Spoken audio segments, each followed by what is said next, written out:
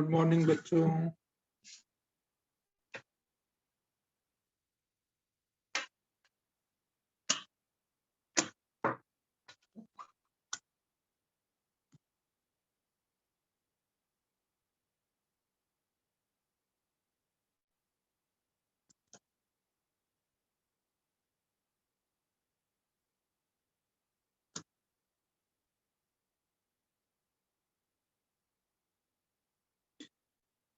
Last time हम लोगों ने एरर के बारे में स्टार्ट किया था।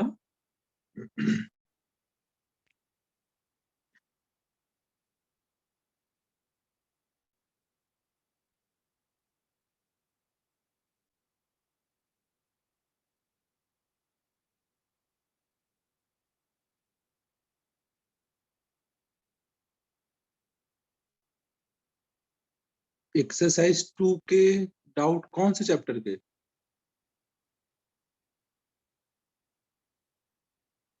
वेक्टर के कंप्लीट कर दिए थे ना हम लोगों ने, बचे थे क्या अभी?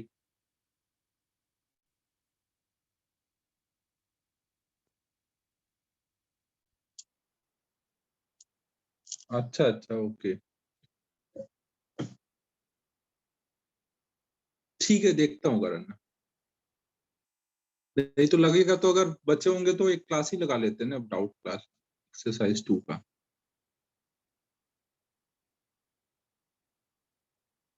अच्छा, 2-3 ही थे क्या? ठीक है, 2-3 है तब तो व्हाट्सएप पे ही बता दूंगा, बता देता हूँ व्हाट्सएप पे ही। तो देखो बच्चों, हम लोग एरर पढ़ रहे थे। लास्ट टाइम होमवर्क दिया था कुछ?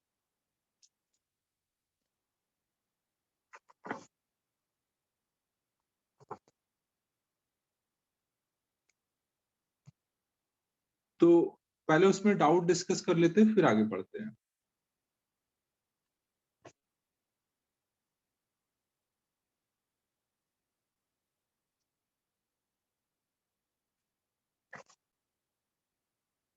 ठीक है, ठीक है, फिर हम लोग आगे बढ़ते हैं ना।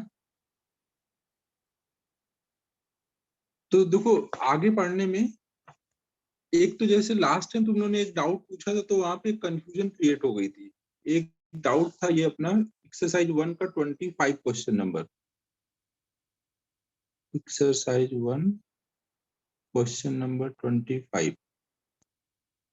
देखो, इसमें था number of significant figure 600 metre करके ये दिया है इसमें, नंबर ऑफ सिग्निफिकेंट फिगर। तो यूनिट के साथ लिखा है तो हम, वो रूल था अपना, उसके अकॉर्डिंग 3 हम लोगों ने किया था, जबकि मैंने बताया था कि ट्रेलिंग जीरो को काउंट नहीं करते, तो मेरे अकॉर्डिंग ये 1 होना चाहिए था। बट अपने मॉड्यूल में एक रूल दिया था, उसके अकॉर्डिंग 3 था। तो इस पे मैंने थोड़ा सा और रूल्स के बारे में देखा था, तो एक्चुअल में ये कुछ अपने इंडियन राइटर हैं, उन्होंने ये रूल लिखा हुआ है। कुछ लोगों ने लिखा है कि इसको काउंट करेंगे, कुछ लोगों ने लिखा है कि काउंट नहीं करेंगे। तो मैंने कुछ फॉरेन राइटर से बुक्स देखे थे जो ज्यादा स्टैंडर्ड माने जाते हैं, उन लोगों ने बोला हुआ है कि इस केस में आप बता ही नहीं सकते हो, ये वेग कंडीशन है।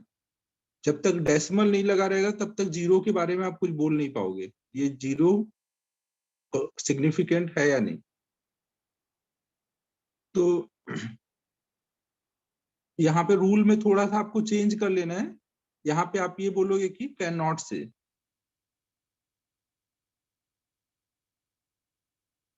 बच्चों समझ आ रहा है मैं क्या बोल रहा हूँ? एक यूनिवर्सिटी फिजिक्स करके बुक आती है, काफी स्टैंडर्ड बुक मानी जाती है।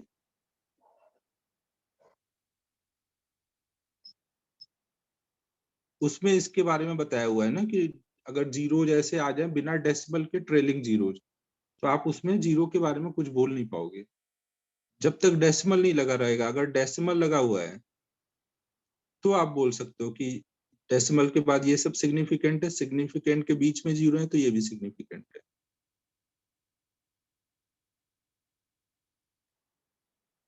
ठीक है बच्चों, तो रूल में आपको चेंज करना पड़ेगा, अपने मॉड्यूल में भी वो चेंज है, और जो मैंने नोट लिखाए थे रूल में वहां पे ये चेंज कर लो ना, ट्रेलिंग जीरो में। उसमें भी बताया सिद्धि ने कि यहाँ पे उन्होंने बोला है कि ऐसे रीडिंग में आप बता ही नहीं सकते कि कितने हैं। समझो, तो आपको ऐसे लिखना ही नहीं है, उनके अकॉर्डिंग आप ऐसे लिख ही नहीं सकते हो। अगर आपको चाहिए कि इसमें 3 सिग्निफिकेंट फिगर होने चाहिए तो आपको फिर ऐसे लिखना पड़ेगा।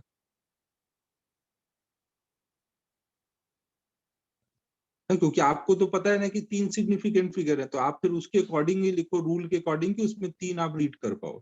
ऐसे लिखोगे तो इसमें आप रीड नहीं कर सकते।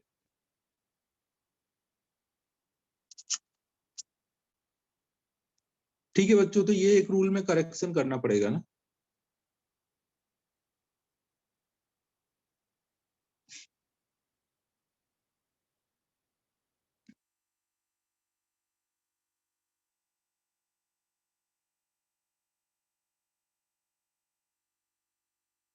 फिर एक देखो ये था, वॉल्यूम ऑफ 25 स्फीयर।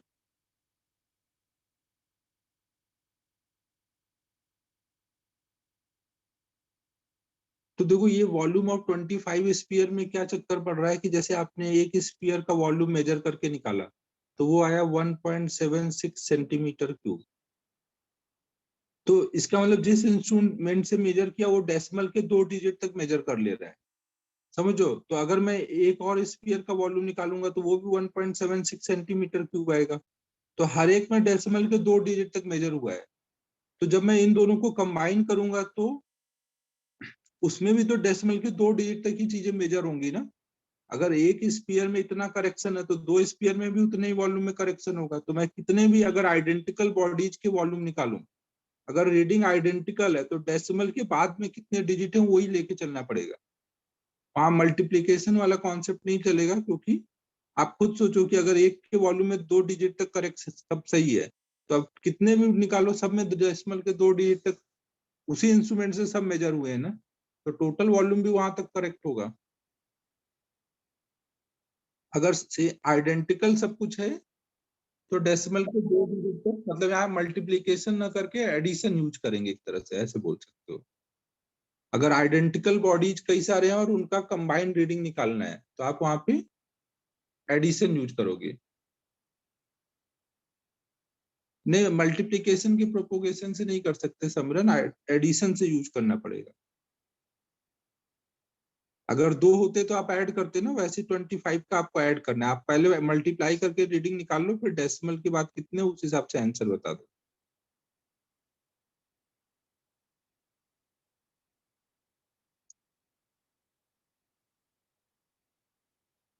ठीक है बच्चों, 19 में अगर सारे रीडिंग आइडेंटिकल हैं तो वहां पे कंबाइन करने के लिए एडिशन यूज करना है, ना कि मल्टीप्लिकेशन, ये याद रखो। उसका लॉजिक समझ आ रहा है ना, कि अगर एक का डेसिमल के 2 डिजिट तक है, दूसरे का भी डेसिमल के 2 डिजिट तक है, और अब दोनों को कंबाइन करोगे तो वॉल्यूम डेसिमल के 2 डिजिट तक सही रहेगा ना।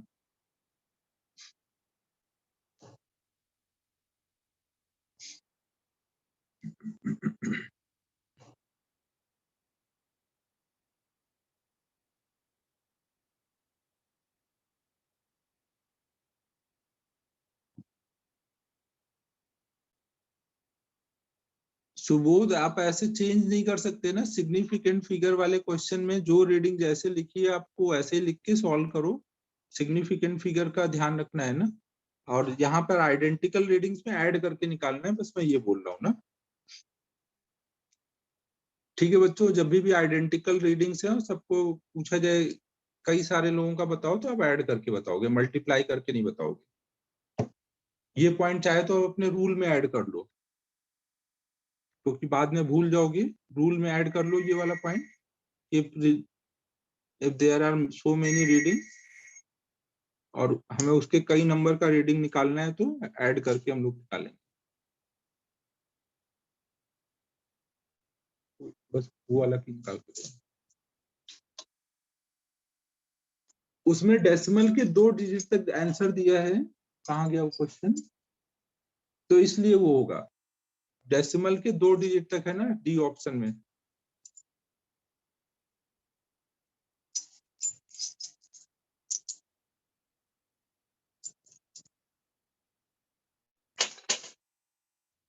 समझ आ रहा है ना, जब आप इनको ऐड करोगे तो ये डेसिमल के 2 डिजिट तक आपको आंसर बताना है।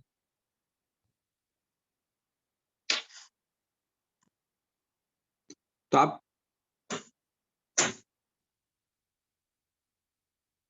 अबे सिमरन ये बताया था ना भाई कि एडिशन में कैसे डिसाइड होता है, number of significant figure count करते हो एडिशन में, या डेसिमल के बाद के डिजिट काउंट करते हो? एडिशन में सिग्निफिकेंट फिगर नहीं काउंट करते ना, डेसिमल के बाद के नंबर ऑफ डिजिट्स काउंट करते हैं सिग्निफिकेंट फिगर। सिमरन कुछ याद आ रहा है?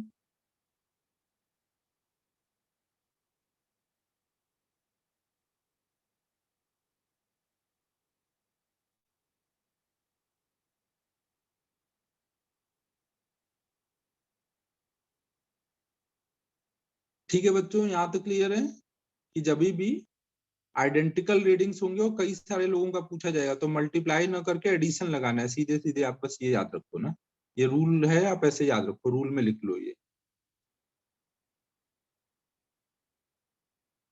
ठीक है बच्चों, फिर अब आगे पढ़ते हैं ना। सिग्निफिकेंट फिगर यार सारा रूल का खेल है ना, रूल याद रखोगे तभी होता है उसमें। लॉजिक तो मैथ तो उसमें सिंपल सी लगेगी, बस रूल याद रखो और उस हिसाब से लगा दो।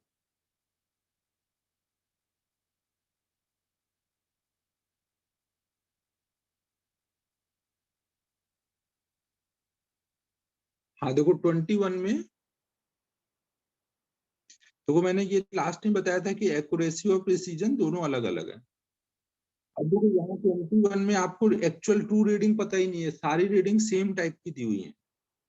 A option.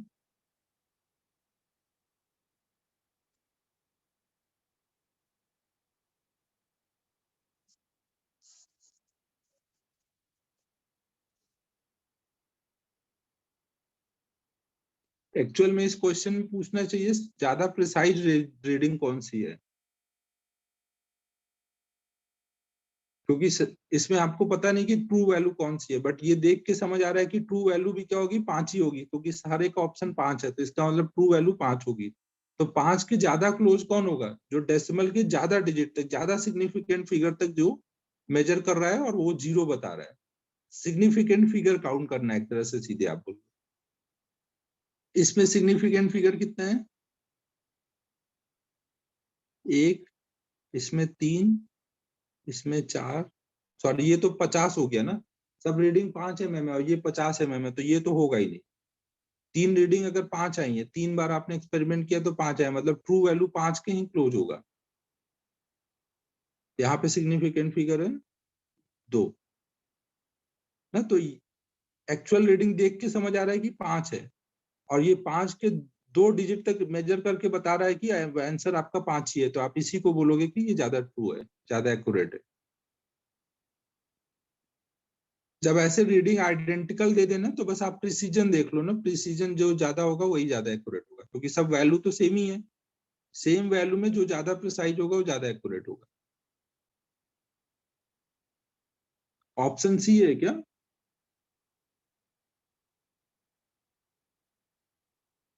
नहीं नहीं, सी नहीं हो सकता भाई, करेक्शन करो उसमें।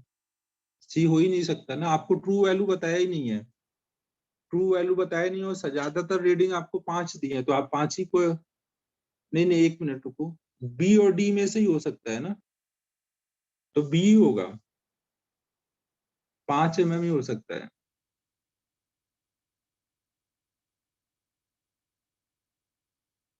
ऑप्शन में सी दिया है, उनको या तो क्वेश्चन में ये पूछना चाहिए था कि ज्यादा प्रिसाइज कौन सा है, क्योंकि प्रिसीजन वाइज इसमें 4 सिग्निफिकेंट फिगर है, तो इस हिसाब से उन्होंने रीडिंग दिया होगा क्वेश्चन में, लेकिन करेक्शन है ये।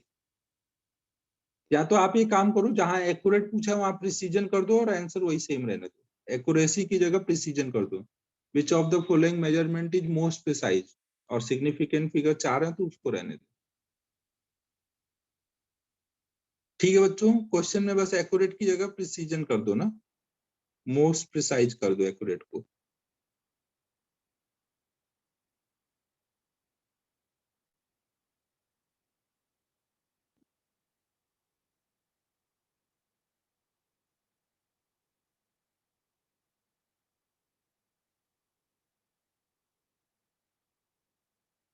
जेई में ऐसे कंफ्यूजन वाली चीजें नहीं पूछी जाएंगी ना, जेई में एकदम जो क्लियर कट रहता है वही पूछा जाता है, ऐसे वेग चीजें नहीं पूछी जाएंगी। ठीक है बच्चों, आगे चले अभी।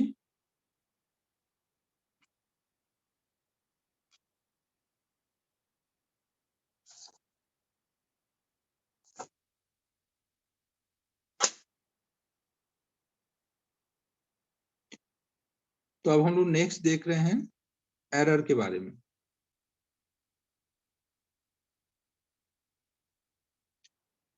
एरर में देखो, हमने लास्ट टाइम एरर के टाइप देखे थे, सिस्टमैटिक एरर,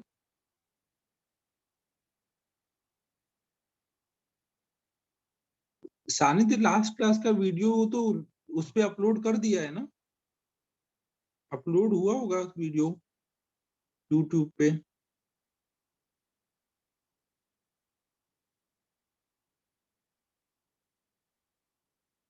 लास्ट क्लास का ये सानिध्य बोल रहा है कि वीडियो अपलोड नहीं हुआ है। मेरे हिसाब से कर दिया है शायद, प्लेलिस्ट में चेक कर लिया करो भाई, रहता है। सिस्टमैटिक एरर और रैंडम एरर, हमने एरर के दो टाइप देखे थे। सिस्टमैटिक एरर जहां पे आपको कॉज पता होगा ना, और रैंडम एरर जहां पे आपको कॉज पता नहीं होगा। अगर आपको कॉज पता है तो आप आराम से उसको रेक्टिफाई कर सकते हो ना। इसके एग्जांपल हम आगे देखेंगे। जीरो एरर होता है, इंस्ट्रूमेंट की वजह से, और भी बहुत सारे रीजन, टेम्परेचर की वजह से एरर आया। जो भी एरर आया जहां कॉज पता है तो सिस्टमैटिक एरर होगा, कॉज पता नहीं है तो रैंडम एरर। रैंडम एरर को अवॉइड करने के लिए हम लोग क्या करते हैं, कई बार रीडिंग रिपीट करते हैं। फिर हमने मैग्नीट्यूड के बेसिस पे टाइप देखा था। तो एक देखा था हमने एब्सोल्यूट एरर।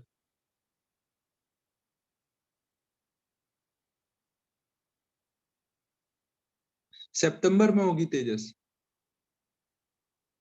अगले मंडे तक वो डलवाता हूँ तुम लोग का प्लानर ना, सितंबर में होगा तुम लोग एब्सोल्यूट एरर। फिर इसके बाद हमने देखा था मीन एब्सोल्यूट एरर।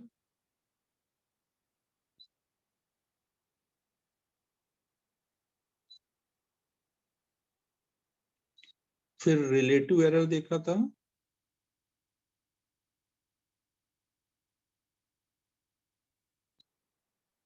और परसेंटेज एरर।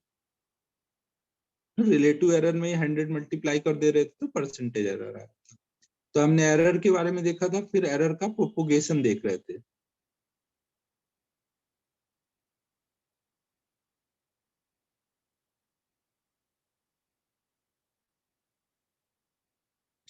तो प्रोपोगेशन ऑफ एरर में हमने पहले एडिशन में एरर कैसे प्रोपोगेट होता है ये देख लिया था। तो अगर z equal to a plus B दिया है, बच्चों आज ज्यादातर बच्चे डायरेक्ट मैसेज कर रहे हैं, मैं डायरेक्ट मैसेज का कोई रिप्लाई नहीं करने वाला।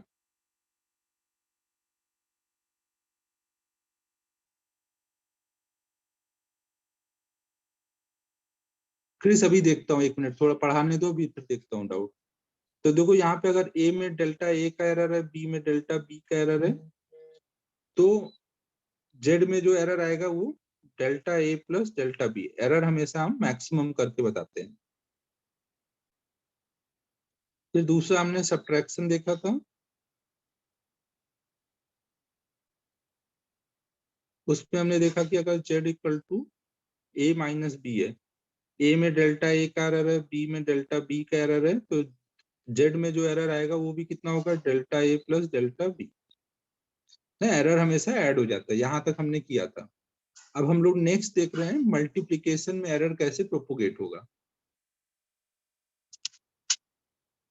मनुजा 3-4 दिन का ही मिलता है ना मेजर टेस्ट के टाइम पे, तैयारी का टाइम जो होगा, क्योंकि हम लोग यही एक्सपेक्ट करते हैं कि आप डेली पढ़ाई कर रहे हो।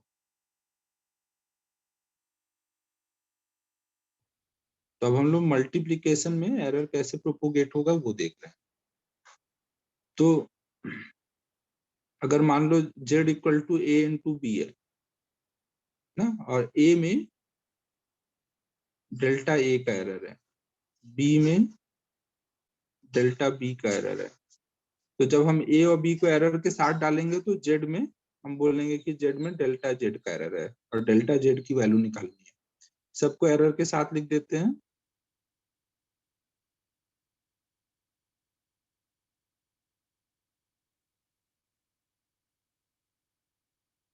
समझो बच्चों, यहाँ पर जब आप ए को एरर के साथ डालोगे, बी को एरर के साथ डालोगे, तो पूरा जो आंसर आएगा वो भी बोलोगे एरर के साथ आया है, तो उसको आप ऐसे लिख दोगे।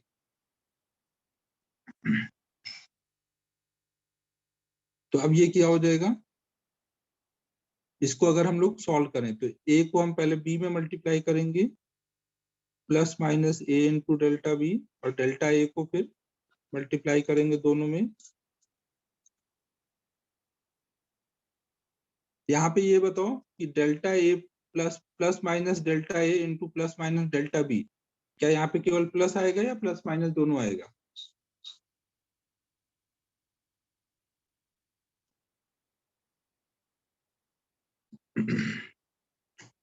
देखो, ऐसे लिखने का आप सेंस समझ नहीं रहे हो अभी। अगर आपने ऐसे आंसर दिया तो इसका मतलब अभी तक आप सेंस समझे नहीं कि मैंने यहाँ पर प्लस माइनस लिखा है, तो इसका क्या मतलब है। प्लस माइनस का मतलब है कि ये कभी ए की वैल्यू डेल्टा ए बढ़ सकती है, कभी कम हो सकती है। सेम चीज यहाँ पे भी हो सकता है, बी की वैल्यू कभी डेल्टा बी बढ़ सकती है, कभी कम हो सकती है। लेकिन इसका ये मतलब नहीं है कि जब ए की वैल्यू डेल्टा ए बढ़ेगी तभी बी की वैल्यू भी डेल्टा बी बढ़ेगी ना। हो सकता है जब ये बढ़ रहा हो तब ये कम हो रहा हो।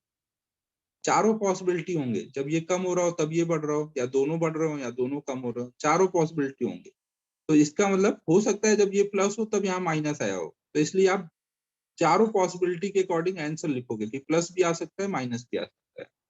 यहाँ मैं मैथ नहीं लगा रहा हूँ, यहाँ मैं एरर को सॉल्व कर रहा हूँ, ये बात ध्यान रखना है। तो अपना लॉजिक भी साथ में लगाते चलना है, केवल मैथ नहीं। लिखने के लिए वो बात लिख नहीं सकते, आपको ऐसे ही समझना पड़ेगा। कुछ समझ आ रहा है बच्चों मैं क्या बोल रहा हूँ?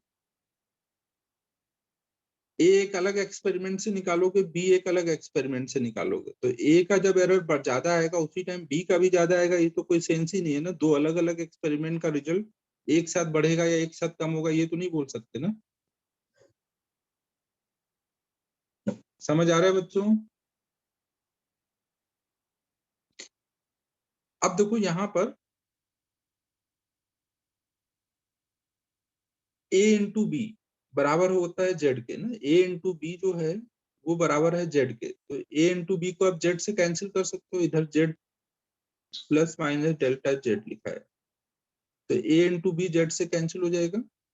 तो आपके पास आ जाएगा delta z plus minus equal to plus minus a into delta b plus minus delta A into b. अब यहाँ पे एक चीज और है, देखो कि ये दो एरर जब मल्टीप्लाई होते हैं तो ये बहुत ज्यादा छोटी क्वांटिटी हो जाती है, और उसको जब आप इसमें ऐड करोगे ना तो वहां पे ये नेग्लेक्ट हो जाएगा। यहाँ तो डेल्टा ए इंटू बी है, बी की रियल वैल्यू है, रियल वैल्यू तो बड़ी होगी। यहाँ पे भी ए की रियल वैल्यू, तो ये सब बड़े क्वांटिटी है, उनमें ये बहुत छोटी क्वांटिटी ऐड हो रही है, तो इनको आप नेग्लेक्ट कर सकते हो ना। अब 10,000 में एक दो ऐड करना है तो वो छोड़ ही दो, उससे कोई फर्क नहीं पड़ेगा। तो इस टर्म को आप मान सकते हो कि ये टेंडिंग टू जीरो है। समझो, तो आप बस इतना ही लिख दोगे, उसको नेग्लेक्ट कर दोगे, बहुत छोटी क्वांटिटी है। जीरो ना लिख के वेरी स्मॉल लिख देता हूँ।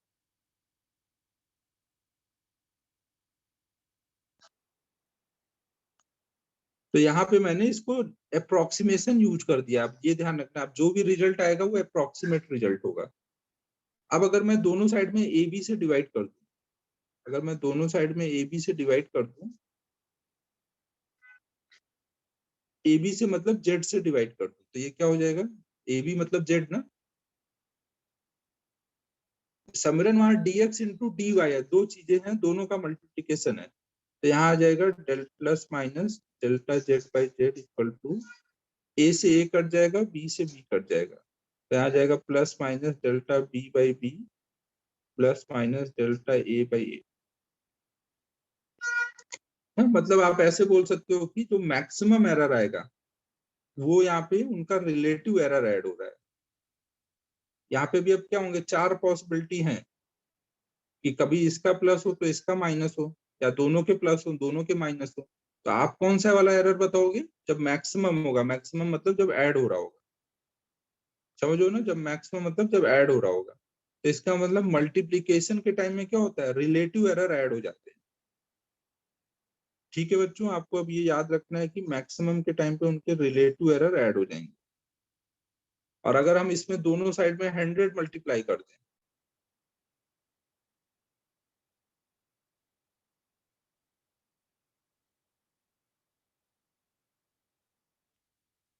ना, तो इसका मतलब उनके परसेंटेज एरर सीधे ऐड हो रहे हैं, तो उससे जेड का परसेंटेज एरर आते हैं। समझ आ रहा है बच्चों मैं क्या बोल रहा हूँ?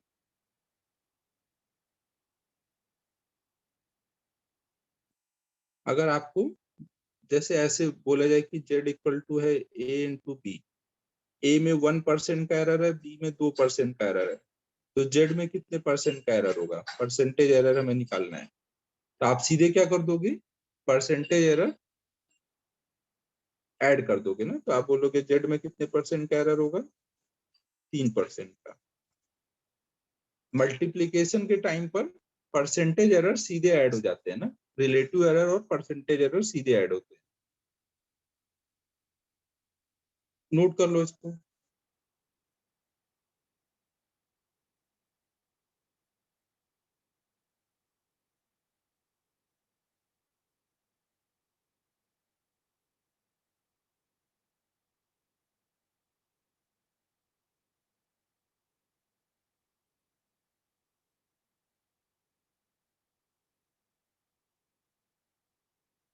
आज से क्लास 2 घंटे की हो गई है सारी ना, टाइम टेबल में रिवाइज करा के डाल दिया था, सारे क्लासेस अभी 2 घंटे कर दिए गए।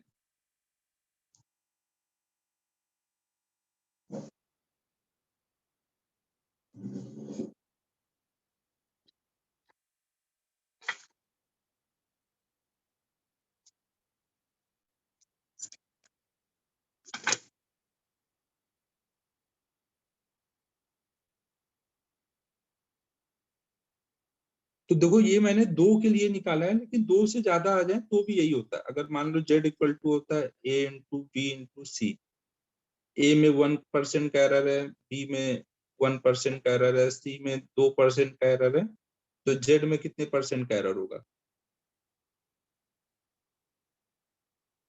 यहाँ पे क्रिस?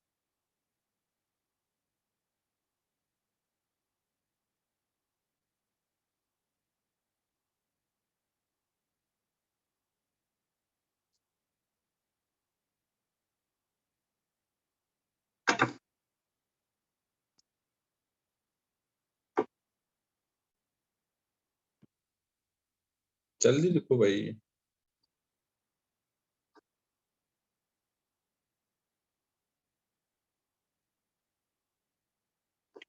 अब मैं ये लास्ट टाइम रिपीट कर रहा हूँ, डायरेक्ट मैसेज जिसका भी आएगा मैं पढ़ूंगा ही नहीं ना, तो अगर आपको रिप्लाई चाहिए आपके मैसेज में तो डायरेक्ट मैसेज मत करना। तो जेड में कितने परसेंट का एरर आ जाएगा, 4% का है यहाँ पे। आप ऐसे बोल सकते हो जेड का रिलेटिव एरर बराबर होगा ए का रिलेटिव एरर प्लस बी का रिलेटिव एरर प्लस सी का रिलेटिव एरर। अगर मान लो आपको है Z equal to A square और ए में 1% का एरर है, तो जेड में कितने परसेंट का एरर होगा,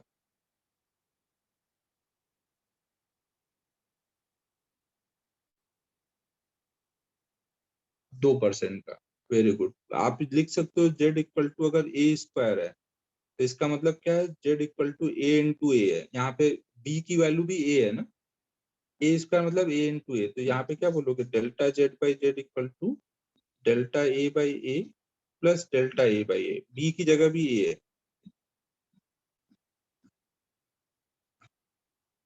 तो इसका मतलब आप सीधे ये बोल सकते हो कि कभी भी ऐसा पावर आएगा तो आप पावर आगे कर दोगे, पावर को आगे कर दो और ए का रिलेटिव एरर लिख दो। अगर 3 होता तो यहाँ आगे 3 आ जाता ना, तो सीधे पावर आगे आ जाएगा।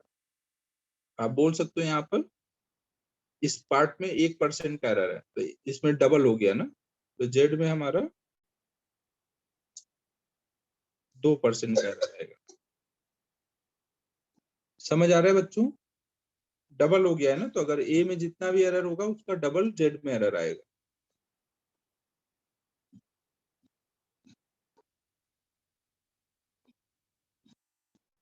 सेम वे में अगर z इक्वल टू लिखा है a square into B cube, a में 1% का एरर है, b में 1% का एरर है, तो z में कितने परसेंट का एरर आएगा?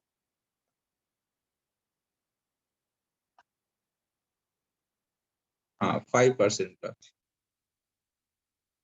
ना। तो आप यहाँ पे क्या लिख दोगे, delta Z by Z equal to twice of delta A by A plus thrice of delta B by B. Power आगे मल्टीप्लाई कर दोगे ना, क्योंकि 3 बार लिखने की जगह डायरेक्ट पावर आगे कर दो ना, जो सेम है ए स्क्वायर है तो पावर आगे कर दो। अब इसमें यहाँ पर 1% है, इसमें 1% है, तो 2 इंटू 1%, यहाँ पे 3 इंटू 1%, तो ये मिलके टोटल हो जाएगा 5%।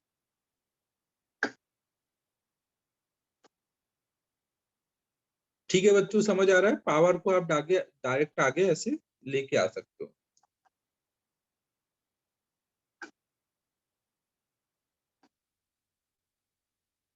नेक्स्ट अब हम लोग देख रहे हैं डिवीजन में कितने का एरर आएगा।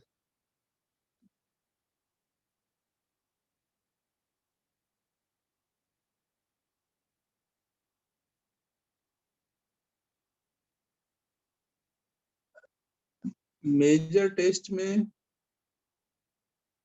जितने चैप्टर कराए जाएंगे ना, अभी मैं प्लानर सेंड करता हूँ, मंडे तक प्लानर कर भिजवाता हूँ, तो उसमें लिखा रहेगा ना कौन कौन से चैप्टर आएंगे, हर एमटी का पहले से मेंशन रहेगा उसमें। अब हम लोग नेक्स्ट देख रहे हैं प्रोपोगेशन ऑफ एरर, चौथे केस में डिवीजन में।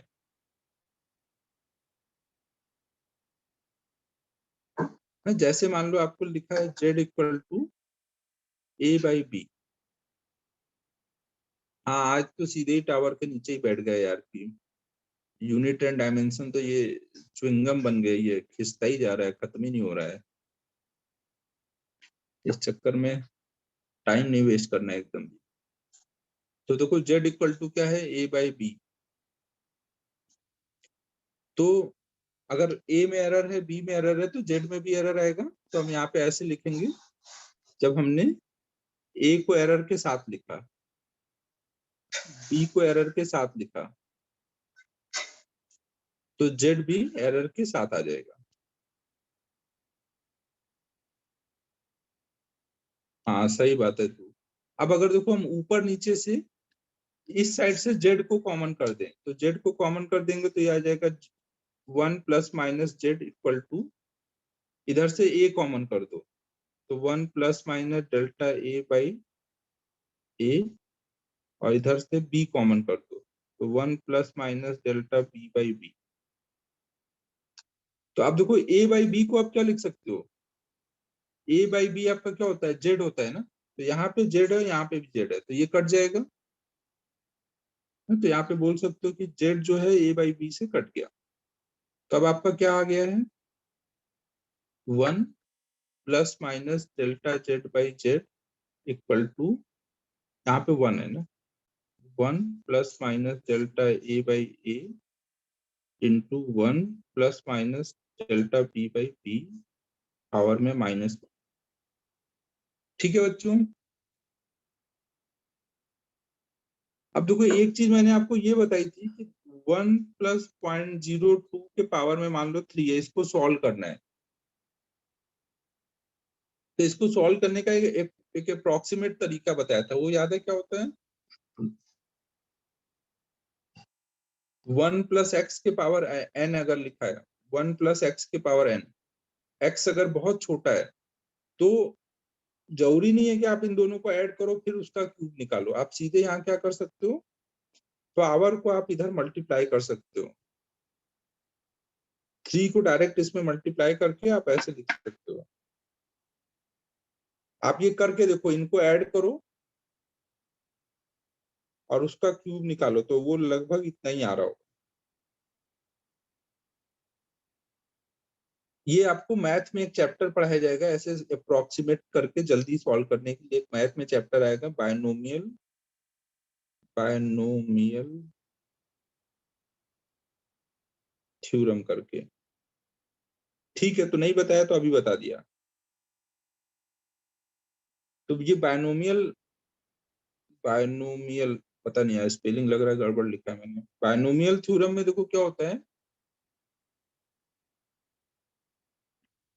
कि कभी भी अगर 1 प्लस एक्स के पावर में n है और x is very very less than 1 है, तो आप इसको डायरेक्ट ऐसे लिख सकते हो 1 प्लस एन एक्स, इस n को अंदर x में मल्टीप्लाई करके ऐसे ऐड कर दो,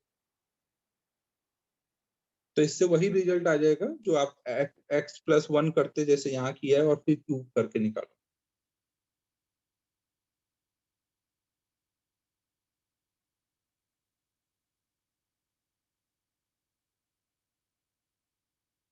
ठीक है बच्चों, हाँ अब ये सही लग रहा है, देख के ही पता चल रहा है।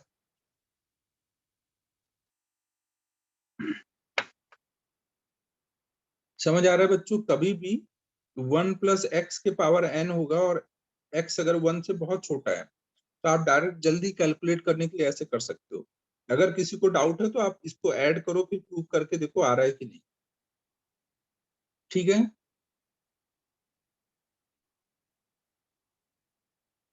हाँ जब 1 से लेस होगा तभी ऐसा कर सकते हैं।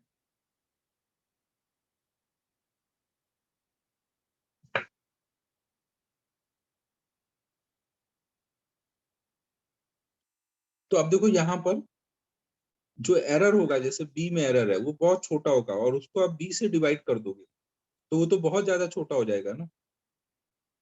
बी का एरर ऑलरेडी छोटा होगा, उसको बी से डिवाइड करोगे तो ये बहुत छोटा हो जाएगा, समझो, तो ये 1 से बहुत छोटा हो जाएगा क्योंकि बी में एरर है ना, बी तो बड़ा है उसमें एरर तो छोटा ही होगा ना, और इसको आप ऐसे डिवाइड किए तो ये जब बहुत छोटा है तो आप यहाँ ये जो पावर है इसको डायरेक्ट आगे मल्टीप्लाई कर सकते हो। तो आप यहाँ पे लिख सकते हो,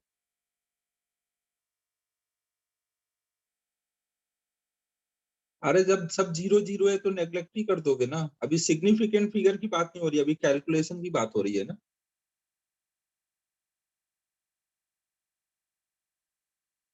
सिग्निफिकेंट फिगर जब बोला जाएगा क्वेश्चन में तब सोचना, अभी कैलकुलेशन की बात हो रही है कि इसको सॉल्व करोगे तो कितना आएगा।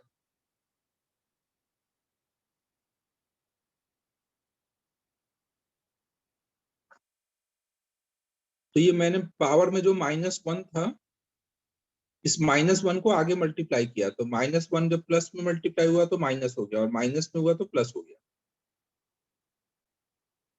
अब इनको अंदर मल्टीप्लाई करो, पहले 1 को मल्टीप्लाई करो सब में, 1 को 1 में करोगे तो 1 आ जाएगा, फिर डेल्टा बी बाई बी में कर देंगे, फिर डेल्टा ए बाई ए को करो 1 में तो डेल्टा ए बाई ए, और यहाँ आ जाएगा plus minus delta A by a into delta B by b. ठीक है बच्चों, यहाँ तक क्लियर है सभी को।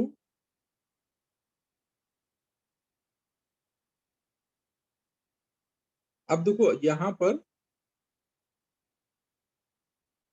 अब क्रिस सुन लिया कर भाई एक बार में, देख मैंने बोला ना कि पावर को आगे मल्टीप्लाई करेंगे, तो ये पावर अगर आप मल्टीप्लाई करोगे तो -1 जब प्लस में मल्टीप्लाई होगा, ये कर रहा हूँ एन आगे ले जा रहा हूँ यहाँ पर, तो ये -1 जब आगे जाएगा प्लस में मल्टीप्लाई होगा तो प्लस क्या बन जाएगा, माइनस, और माइनस में जब मल्टीप्लाई होगा तो क्या हो जाएगा, दोनों साइन नहीं है ना, एक ही है, या तो प्लस है या माइनस, अगर प्लस होगा तो माइनस हो जाएगा, अगर माइनस होगा तो प्लस हो जाएगा।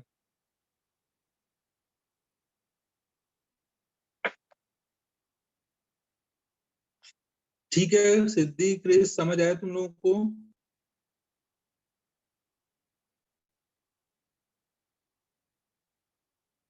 तो अब देखो ए में एरर बहुत छोटा है, बी में एरर बहुत छोटा होगा, तो इन दोनों का जो प्रोडक्ट होगा वो बहुत छोटा होगा। अब इस प्रोडक्ट को इनमें आप ऐड करने जाओगे तो ये नेग्लेक्ट कर सकते हो ना, ये वाला पार्ट एडिशन के टाइम पे नेग्लेक्ट हो जाएगा। ये 1 से, ये जो 1 है ये 1 से 1 कट जाएगा, 1 से 1 कट गया है, ये पार्ट वेरी स्मॉल है तो एडिशन के टाइम नेग्लेक्ट हो जाएगा, तो आ जाएगा आपका plus minus delta Z by Z equal to minus plus delta B by b plus minus delta A by a. अगर ऐसे आ गया तो अब मैं जेड में जो रिलेटिव एरर आएगा उसका मैग्नीट्यूड कितना लिखूं, प्लस माइनस लगाऊं, एक का प्लस एक का माइनस लूं या दोनों का प्लस लूं।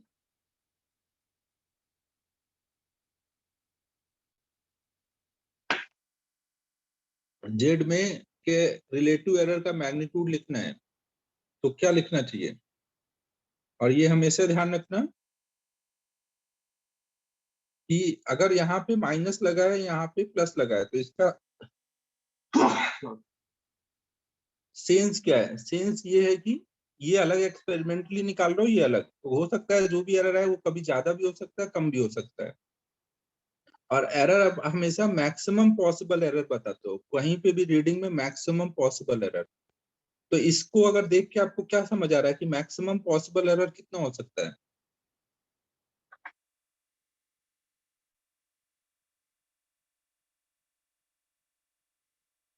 जब दोनों ऐड हो रहे हो ना, जब ये इसका भी प्लस आ रहा हो और इसका भी प्लस आ रहा हो, उस टाइम पे एरर मैक्सिमम मिलेगा। तो आपको तो हमेशा मैक्सिमम पॉसिबल बताना है, तो आप ऐड कर दो। तो इसका मतलब हुआ मल्टीप्लीकेशन हो या डिवीजन, रिलेटिव एरर हमेशा ऐड हो जा रहा है। जैसे एडिशन सब्ट्रैक्शन में डायरेक्ट एरर सीधे ऐड हो जा रहे थे, तो वैसे मल्टीप्लीकेशन और डिवीजन में रिलेटिव एरर सीधे ऐड हो जाए। और अगर आप दोनों साइड 100 मल्टीप्लाई कर दोगे तो इसका मतलब होगा कि उनके परसेंटेज एरर भी सीधे ऐड हो जा रहे हैं।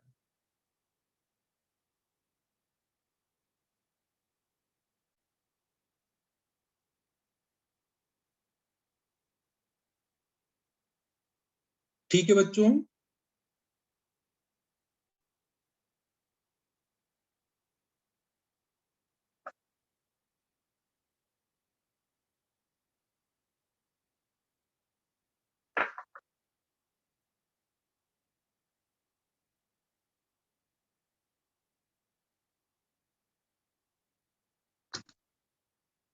ये चीजें अब आपको याद रखनी है कि एडिशन सब्ट्रैक्शन में डायरेक्ट एरर ऐड होता है, मल्टीप्लिकेशन डिवीजन में डायरेक्ट रिलेटिव एरर ऐड हो जाता है।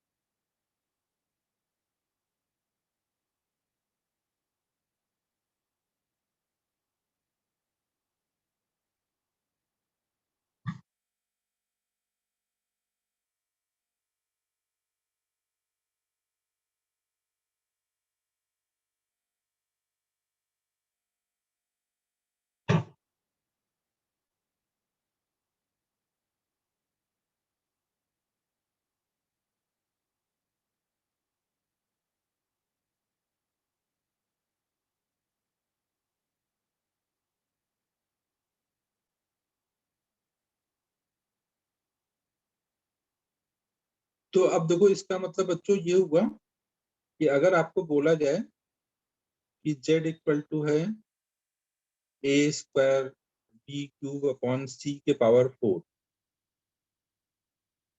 a में 1% का एरर है, b में 2% का एरर है, c में 1% का एरर है, तो z में कितने परसेंट का एरर आएगा ये निकालना है। मल्टीप्लीकेशन डिवीजन सब मैंने एक जगह कर दिया, पावर लगा दिए। और आपको पता है कि एडिशन हो या सॉरी डिवीजन हो या मल्टीप्लीकेशन, पावर हम एरर हमेशा ऐड होंगे ना, रिलेटिव एरर हमेशा ऐड होंगे और पावर हमेशा आगे मल्टीप्लाई हो जाएगा।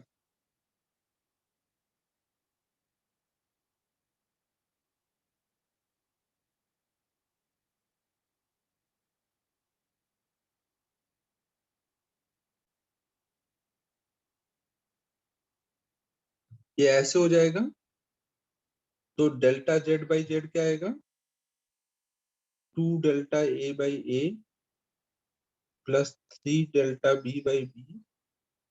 एरर हमेशा ऐड होता है, यहाँ पे भले ही पावर माइनस है तो भी आगे लाने पर हम प्लस ही करेंगे, क्योंकि दो केसेस बनते हैं, प्लस का माइनस का। आपको मैक्सिमम पॉसिबल एरर हमेशा बताना रहेगा ना। आपने पीछे देखा ना, जब a बाई बी था, a बाई बी मतलब a इंटू बी के पावर -1, तो भी यहाँ पे क्या हुआ, delta a by a plus delta b by b। ऐसा नहीं है कि पावर -1 है तो यहाँ आगे माइनस हो गया। समझ आ रहा है ना बच्चों। पावर हमेशा एडिशन हो या सब्ट्रैक्शन हमेशा ये सॉरी मल्टीप्लीकेशन हो या डिवीजन हमेशा एरर ऐड होगा। अब यहाँ डाल दो, ये 2% का एरर है तो 2 into 1 यहाँ 2% आ जाएगा, 3 into 2 6%, 4 into 1 मतलब 4%, तो टोटल 12% का एरर आ जाएगा। समझ आया बच्चों?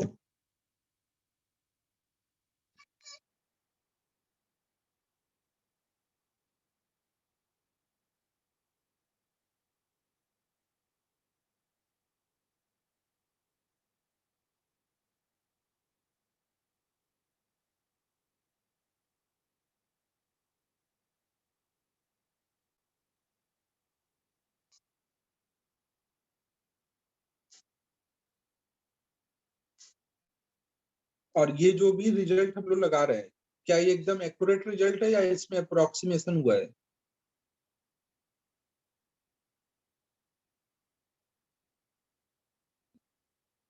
अप्रोक्सीमेशन हुआ है ना, हमने यहाँ पे अप्रोक्सीमेशन यूज किया है, ये अप्रोक्सीमेशन है।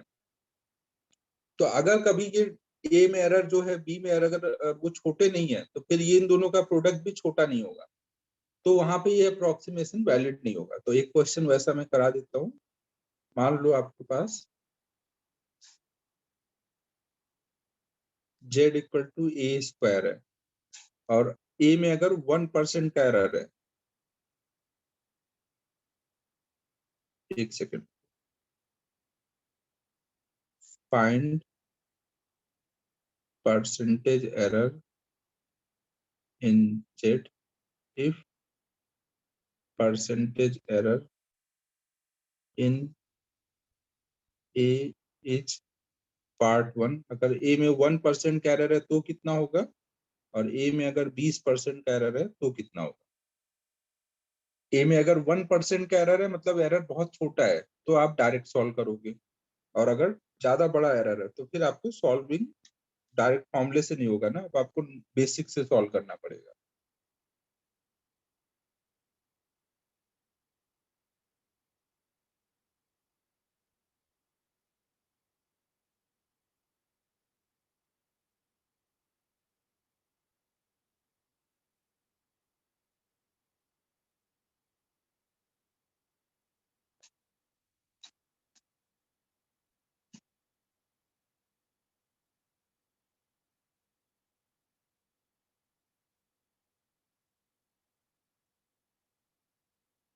इन लिखा है, in percentage error in A is,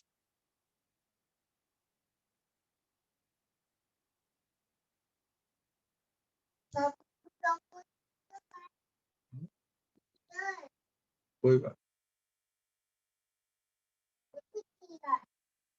मामा को बोल।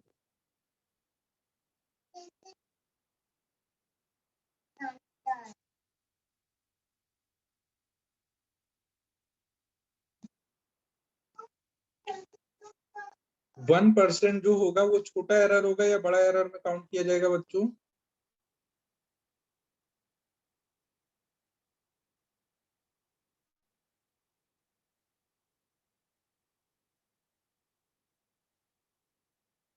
1% की बात हो रही है भाई, 1%। अभी तक ये देख रहे इतने क्वेश्चन कर दिए 1%, 2%, फिर भी बात कर रही है।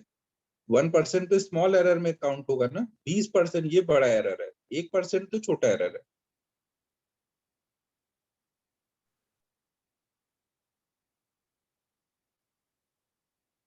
तो 1% वाले केस में तो आपको अप्रोक्सीमेशन वाला रिजल्ट यूज कर सकते हो। जेड इक्वल टू अगर ए स्क्वायर है तो आप बोल सकते हो डेल्टा जेड बाई जेड बराबर होगा 2 into delta A by a. मतलब ए में जितने भी परसेंटेज का एरर आएगा उसका डबल हो जाएगा जेड में एरर। तो पहले पार्ट के लिए तो आप बोल सकते हो कि जेड में 2% का एरर होगा।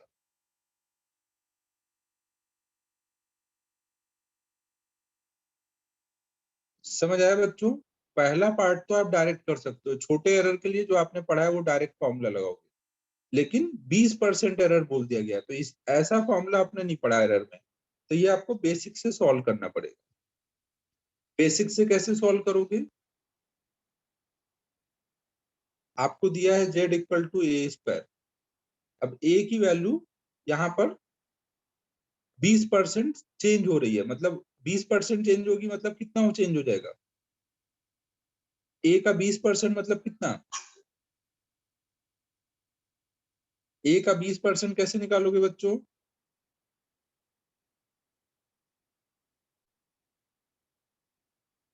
0.2 ए ना, तो 0.2 ए ये बढ़ भी सकता है, कम भी हो सकता है।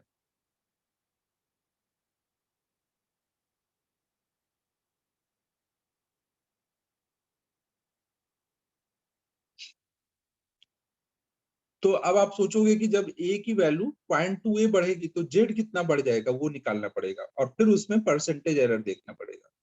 तो अगर आपने जब ए की वैल्यू ए ली तो जेड की वैल्यू ए स्क्वायर आई।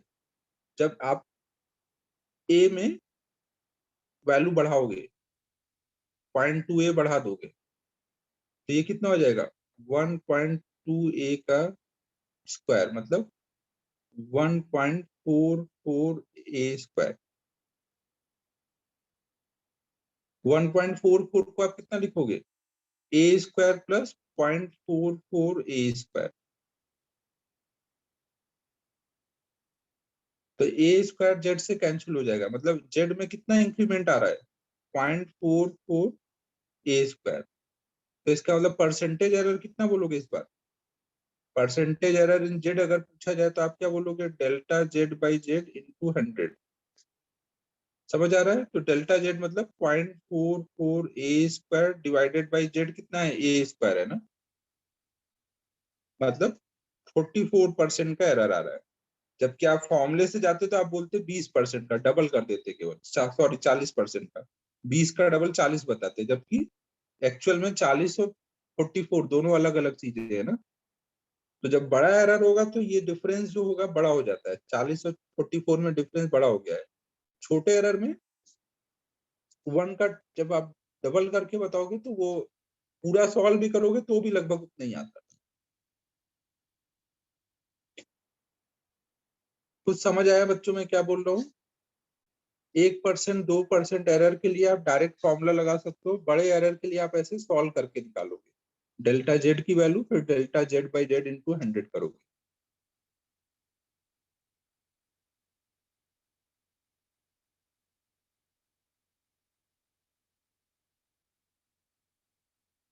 हाँ, तो आपको हमेशा देखो जो एरर है मैक्सिमम पॉसिबल वाला बताना है ना। अगर मैक्सिमम पॉसिबल वाला बताना है, अभी मैंने एक केस सॉल्व किया है, आप माइनस वाला भी कर दो और उसको लेकर के सॉल्व करो कितना कम हुआ वो भी निकालो।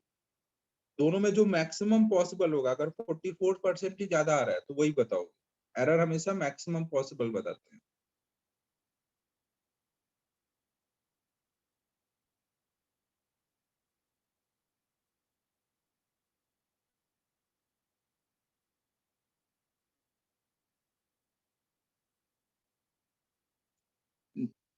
कोई तुमसे मिनिमम या मैक्सिमम एरर नहीं पूछेगा, तुमसे बस एरर पूछेगा। जब भी आप कोई रीडिंग लोगे तो आपको उस रीडिंग में एरर बताना पड़ता है, तो एरर हमेशा कौन सा बताते हो? Maximum possible.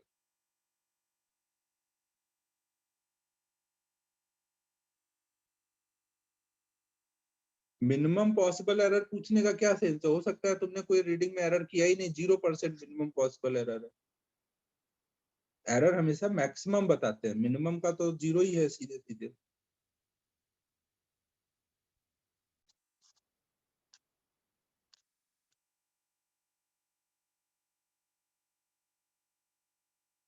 बच्चों बात समझ आ गई मैं क्या बोल रहा हूँ?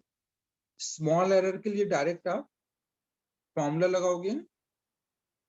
हाँ, हर प्रैक्टिकल जब करोगे आपको तो ऐसे रिलेटिव एरर परसेंटेज एरर आपको बताने पड़ते हैं।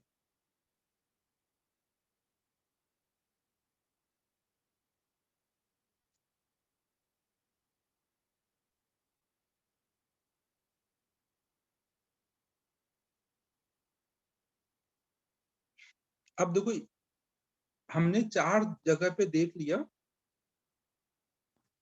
सेकेंड लास्ट स्टेप यहाँ पर, इसके बाद बोल रहे हो ये क्या किया है?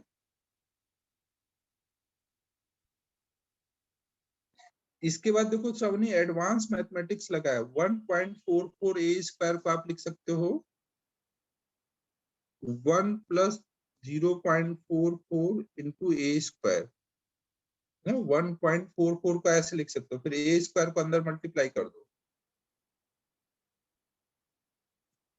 समझ आया? और किसी को कोई डाउट है ऐसे कहीं एडवांस मैथमेटिक्स में?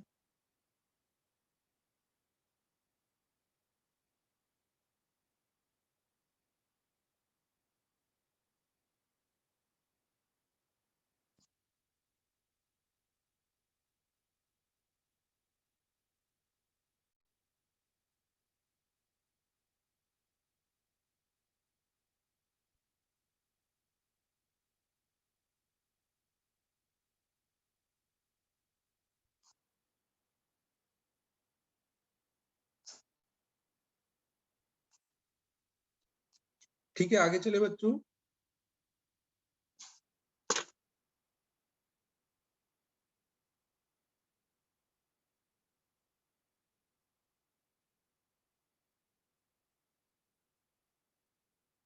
माइनस करने पे 36% आ रहा है, तो आप कौन सा बताओगे?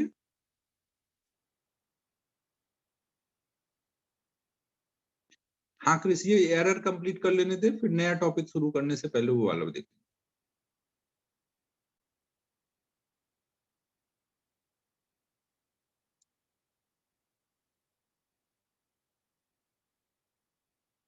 मैंने फिर से डायरेक्ट मैसेज का रिप्लाई कर दिया, अब नहीं करने वाला मैं। चलो अब आगे देखो बच्चों।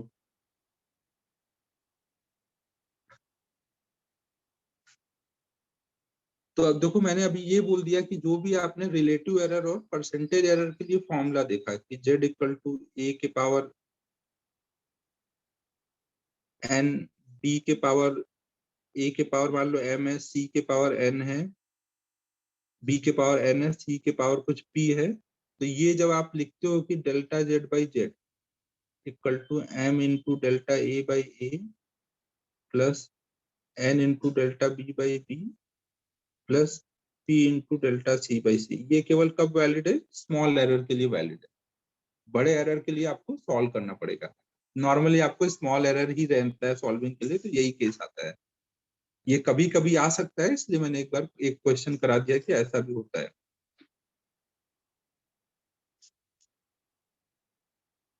अब देखो, जरूरी नहीं है कि जो आपने चार एक्सप्रेशन पढ़े, एडिशन, सब्ट्रैक्शन, मल्टीप्लिकेशन, डिवीजन या फिर उनका कॉम्बिनेशन, ऐसा ही कोई रिलेशन आया और उसमें एरर निकालना रहा है। इसके अलावा भी बहुत टाइप के रिलेशन पॉसिबल है। चार हो गए हैं, पांचवा अब हम लोग पढ़ रहे हैं कि कोई भी जनरल टाइप हो, जनरल केस कोई भी, इन चार के अलावा कोई भी केस होगा तो उसमें आप क्या करोगे? तो आप हमेशा ये ध्यान रखना कि जैसे मान लो आपको ये दिया है, दो रेसिस्टेंस पैरेलल में है, R1 में एरर पता है, R2 में एरर पता है और R में एरर निकालना है, तो अब इसमें क्या लगाओगे? ना तो ये एडिशन का फॉर्म है, ना सब्ट्रैक्शन का, ना मल्टीप्लीकेशन का, ना डिवीजन का। R1 में एरर दिया है, R2 में एरर दिया और R में एरर निकालना है। डायरेक्ट मैसेज मुझे दिख ही नहीं रहा है, तो हम लोग यहाँ पे क्या लगाएंगे बच्चों?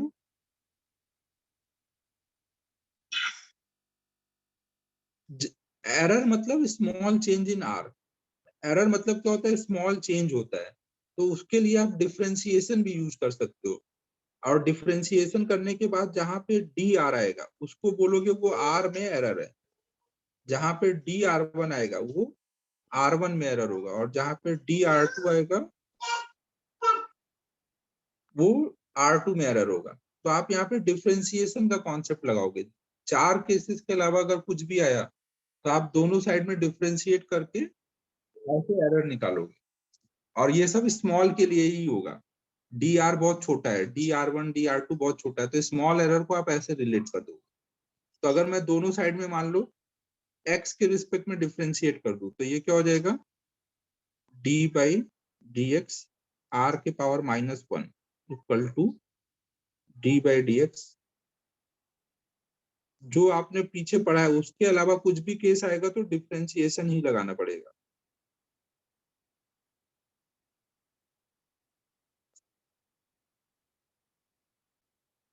तो ये हो जाएगा -1, आर की पावर -1 का डिफरेंशिएशन क्या होगा, -1 बाहर जाएगा, आर की power -2 into D r by d x.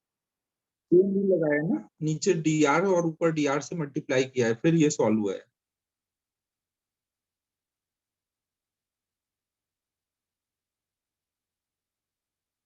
हाँ, ये पैरेलल रेसिस्टेंस का फॉर्मूला है। तो वहां पे हम कैसे एरर निकालेंगे वो देख रहे हैं।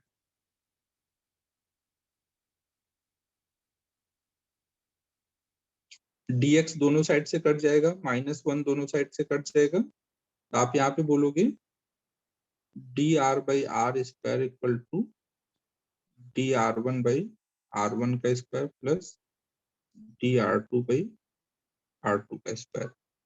तो अब अगर आपको R1 में एरर पता है, R2 में एरर पता है, तो यहाँ डाल दोगे R1 R2 की वैल्यू डाल दोगे, R की वैल्यू डाल दोगे तो DR आ जाएगा। एग्जाम्पल एक जैसे देख लो कि अगर दो रेसिस्टेंस R1 R2, समझो ना, अगर आप लैब में एक्सपेरिमेंट कर रहे हो, दो रेसिस्टेंस पैरेलल में लगे और इक्विवेलेंट निकालना है, तो एक्सपेरिमेंट कर रहे हो तो रीडिंग हमेशा एरर के साथ बताओगे। मान लो R1 की वैल्यू है 10 ओम और इसमें 1% का एरर है, या 0.1 ओम का इसमें एरर है ना, DR1 की वैल्यू 0.1% है, R2 की वैल्यू मान लो ओम है, ये ना कुछ 20 ओम है और इसमें भी 0.1 ओम का एरर है। तो हमें अब R की वैल्यू बतानी है। तो R की वैल्यू आप एरर के साथ ही बता सकते हो ना।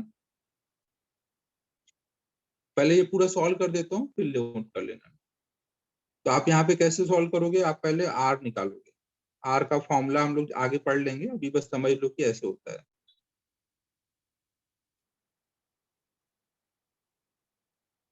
अभी हम R निकाल रहे हैं ना, एरर नहीं निकाल रहे हैं। जब केवल R निकाल रहे हैं तो एरर की जरूरत नहीं है।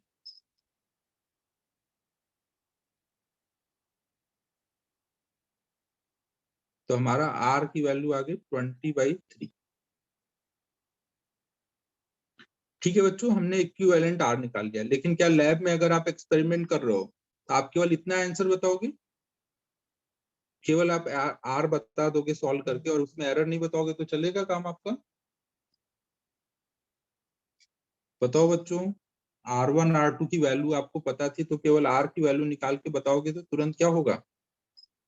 आपकी कॉपी ऐसे फेंक दी जाएगी, ऐसे घुमा करके, वो होता है ना फ्लाइंग डिस्क, वैसे बना के फेंक दिया जाएगा। तो आपको अगर अपनी कॉपी को बचाना है तो आपको क्या करना पड़ेगा, इसको डिफरेंशिएट करना पड़ेगा और डी आर की वैल्यू निकालनी पड़ेगी।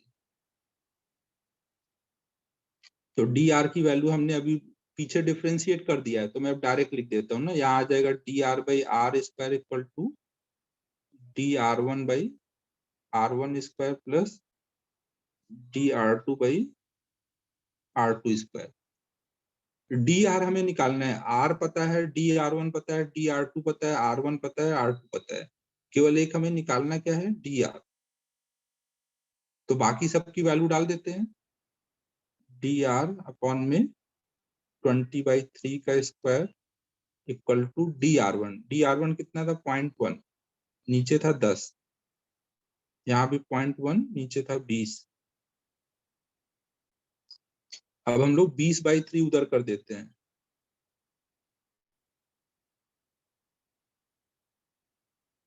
अब देखो यहाँ दोनों जगह से 10 का स्क्वायर कॉमन हो सकता है, तो 1/10 स्क्वायर कॉमन कर लेते हैं, तो ये 0.1 आ जाएगा, यहाँ पे 0.1, नीचे 4 बच जाएगा।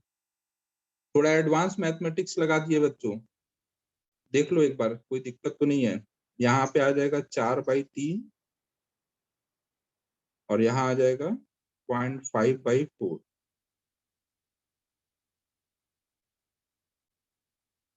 तो आप बोलोगे R की वैल्यू कितनी है, 20/3 प्लस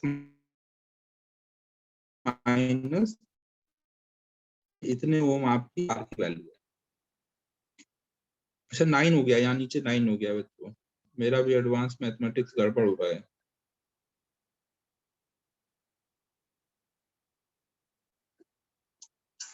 समझ आया बच्चों? अगर आपने 4 केसेस जो पढ़े, एडिशन, सब्ट्रैक्शन, मल्टीप्लिकेशन और डिवीजन, इसके अलावा कोई रिलेशन आएगा तो वहां क्या करना पड़ता है? डिफरेंशिएशन।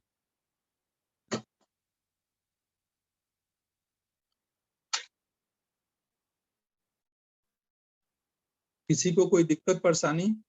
ये वाले में भी, अपने मॉड्यूल में, इसमें भी ये सॉल्यूशन गलत दिया हुआ है, उन्होंने एलसीएम वगैरह लेके सॉल्व किया है, वो गलत है ना, ऐसे ही करना रहेगा। अपने भी मॉड्यूल में एक दो जगह दिक्कतें हैं।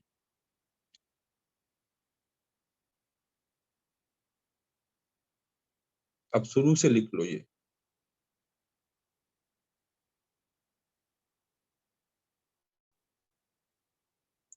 आज अभी एग्जाम्पल बताऊंगा, होमवर्क दूंगा तब देख लेना।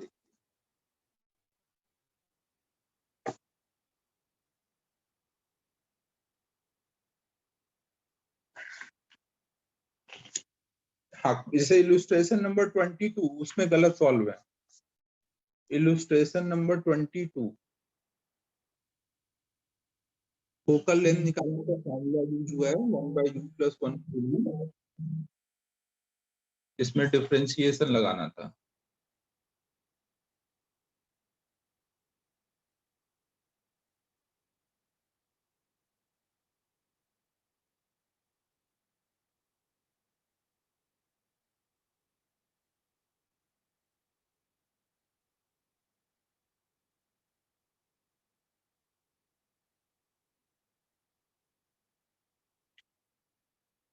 अभी 2 टॉपिक इसमें बचे हैं तेजस ने, स्क्रू गेज और वर्नियर कैलिपर। नहीं, सही नहीं है ना, सही होता तो मैं थोड़ी बोलता कि मेरे मेथड से करो, आंसर गलत आया है। अभी कोई एरर लैग वैग नहीं है अंकित, तू अपना नेटवर्क चेक कर लो।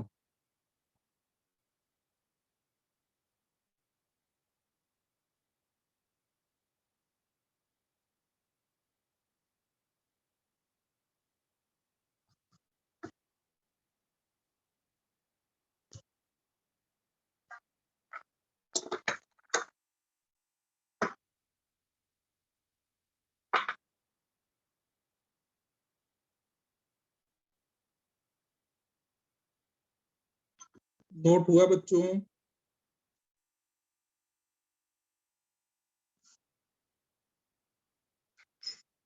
डिफरेंशिएशन में कोई को कोई दिक्कत नहीं है ना, चेन रूल लगाया है। अगर हमारा r के पावर -1 और नीचे dx है, तो हमें क्या करना पड़ेगा? r के पावर -1 नीचे dr इंटू ऊपर dr बाई dx है। अब आप पावर लगा सकते हो ना, तो ये पावर आगे आया, पावर में एक कम हुआ, इंटू dr बाई dx।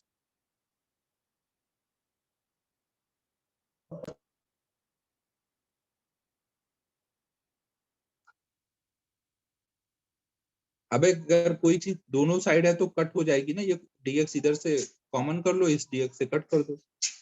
अगर कोई कैलकुलेशन में a/5 equal to b/5 plus c/5 है, तो 5 कॉमन करके कट कर सकते हैं ना।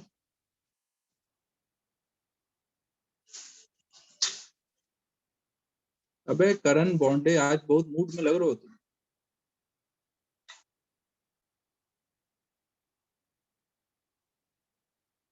थोड़ा ज्यादा ही एडवांस चला गया करण।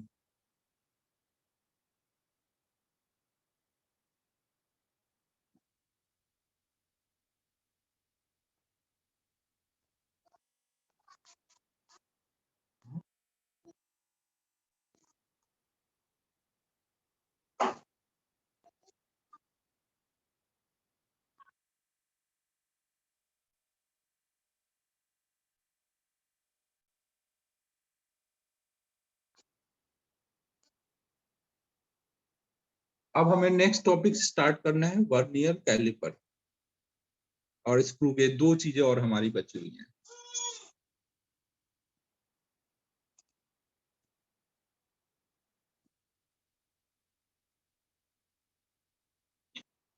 ठीक है, एरर कंप्लीट हो गया। अब हम लोग अगला टॉपिक स्टार्ट कर सकते हैं।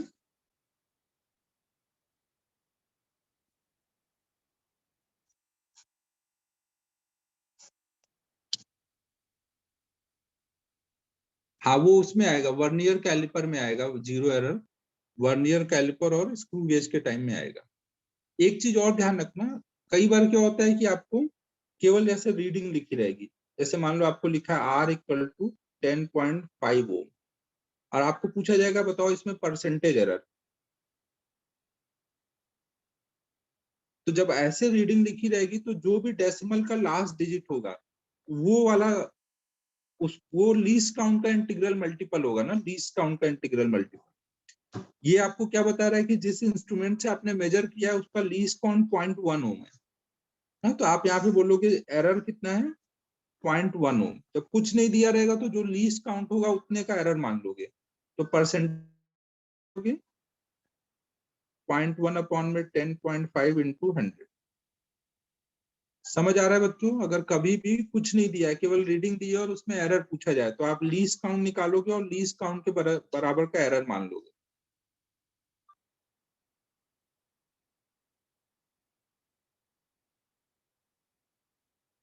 ना जैसे मान लो आपको दिया है एक लेंथ आपने मेजर किया 10.25 सेंटीमीटर, तो यहाँ पे लेंथ में कितने का एरर बोलोगे?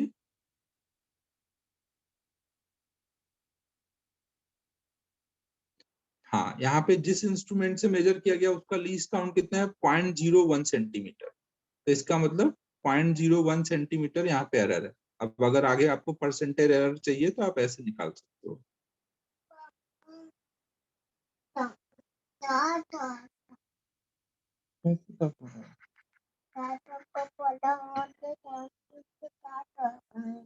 अच्छा मम्मा को जाके बता दो।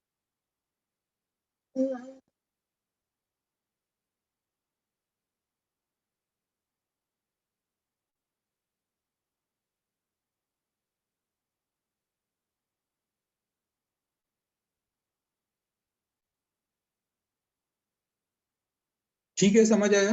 आंसर बता रहे हो क्या सिद्धि? 0.1 आया? हाँ 0.1 ही आ रहा होगा, हाँ।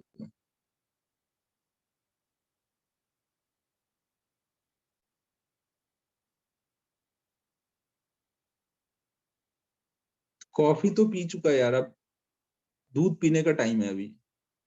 कॉफी पी चुका हूँ, अब दूध ही पीने जा रहा था।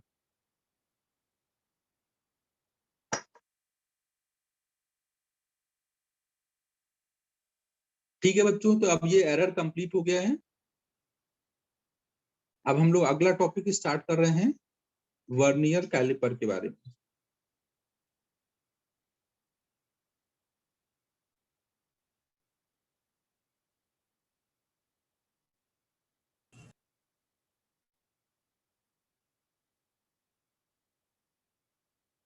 हम लोग देखो दो इंस्ट्रूमेंट के बारे में देखेंगे, वर्नियर कैलिपर और स्क्रू गेज के बारे में। ये तीनों ही क्या है, लेंथ मेजर करने के एक तरह से डिवाइस है ना। तो जैसे हम स्केल से कितना मेजर कर पाते हैं, स्केल से हम 1 mm मिनिमम मेजर कर पाते हैं ना। लीस्ट काउंट स्केल का कितना रहता है 1 mm, 1 mm मतलब 0.1 सेंटीमीटर। तो आप देखोगे वर्नियर कैलिपर से आप 1 mm का भी 1/10 पार्ट मेजर कर पाओगे, 0.1 mm तक मेजर कर पाओगे।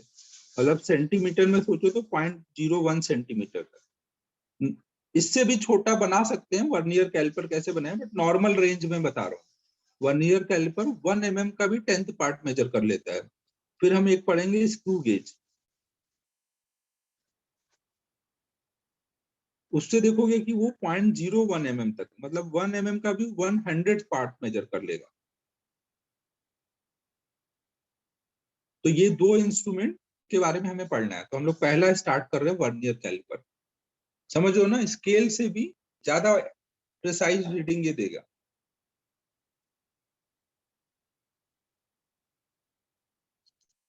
तो अब वर्नियर कैलिपर होता कैसे है, पता है बच्चों किसी को वर्नियर कैलिपर कैसे होता है?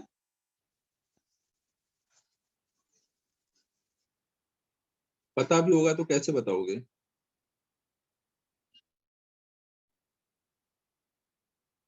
तो वर्नियर कैलिपर कैसा होता है, तो उसके लिए मैंने उसका डायग्राम इधर रखा हुआ है, तो डायरेक्ट वो कॉपी कर देता हूँ।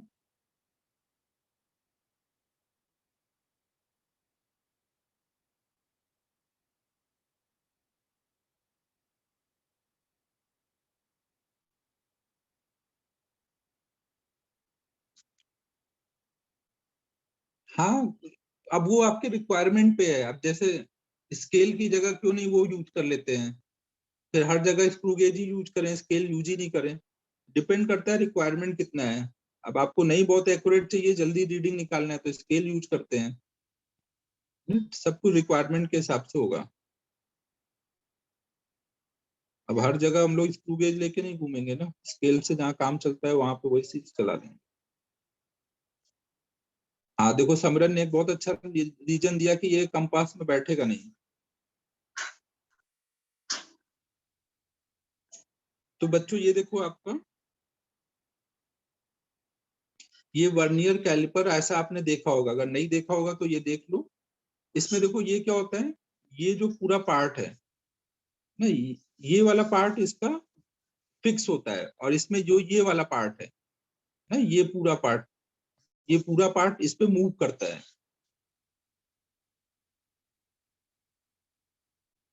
यार वो लैब अपने आता तो कई बार है, लैब वेब के कोई काम के टाइम पे, फिर देखने के बाद फिर वापस इधर उधर हो जाता है।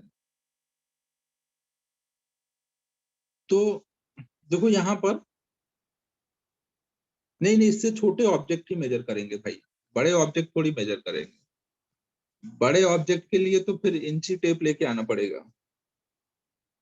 बड़े ऑब्जेक्ट को मेजर करने में दिक्कतें नहीं है, छोटे ऑब्जेक्ट को मेजर करने में दिक्कतें हैं। तो देखो बच्चों यहाँ पर,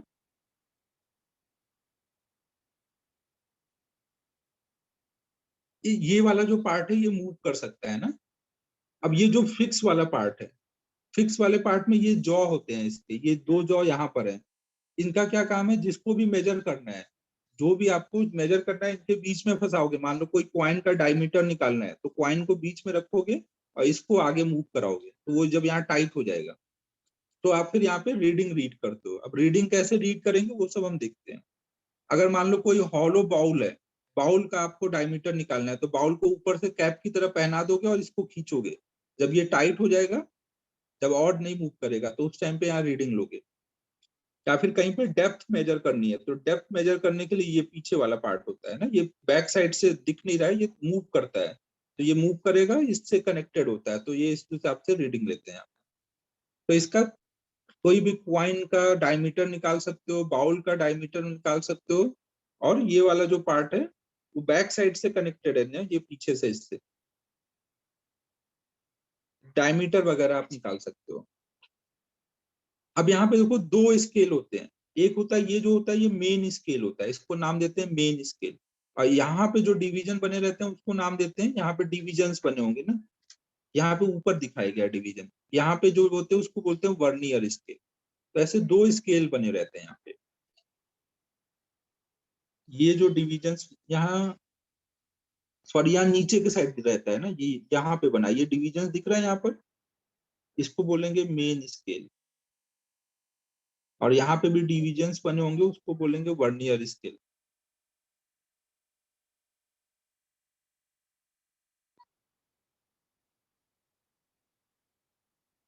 जिसको भी हमें रीडिंग लेना होगा, अगर क्वाइन को डायमीटर मेजर करना है तो यहाँ ऐसे फंसा देते हैं, कोई बाउल का डायमीटर मेजर करना है तो उसको ऐसे करेंगे।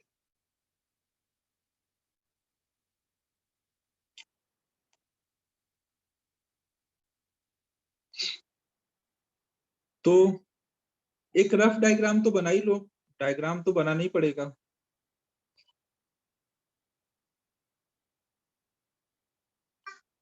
तो तुम लोगों के लिए मैं भी तुम्हारे साथ बना देता हूँ, ताकि तुम भी वैसा ही बना लो।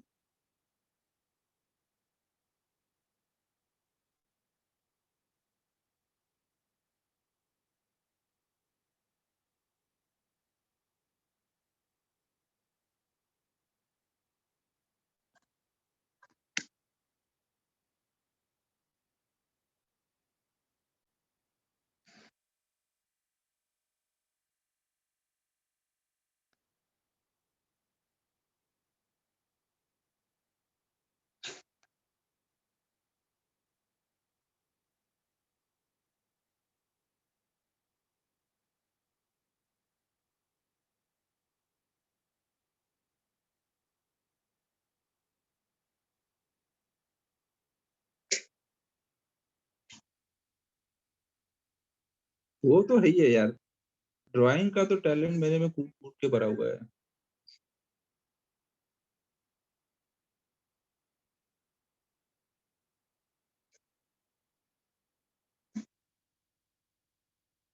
तो बच्चों देखो यहाँ पर, ये जो यहाँ पे भी डिविजन्स बने रहते हैं, ये आपका वर्नियर स्केल है ना, और ये जो पार्ट है ना, इस पे डिविजन्स बने रहेंगे।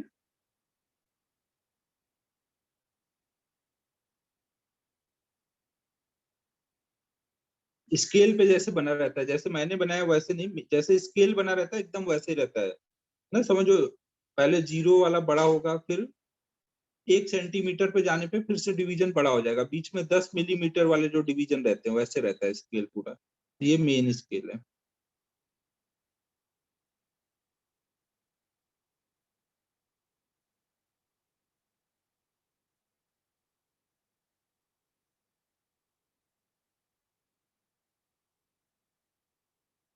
तो ऐसा कुछ डायग्राम बना लो बच्चों, काफी सुंदर डायग्राम मैंने बनाया है, तो तुम लोग भी बना लो रफली ऐसे ही कुछ।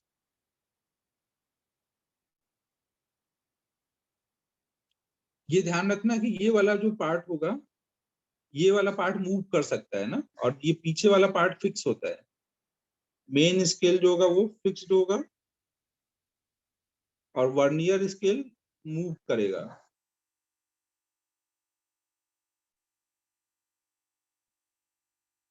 नहीं नहीं सानी, इतना टाइम नहीं मिलेगा, 5 मिनट, 1 मिनट में ड्रॉ करो। पूरा सजाना थोड़ी है, रफ डायग्राम बनाओ।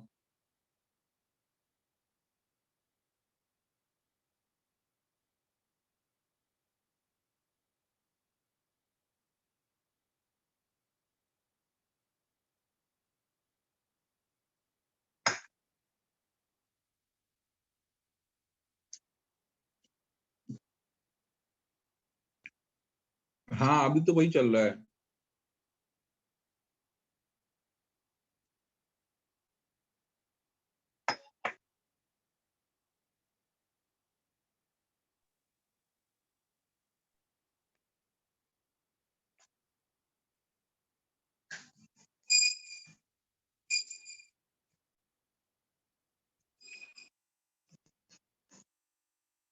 अबे ओम, ये तो महंगा नशा हो जाएगा, इंश्योर इंश्योर मिलाएंगे तो।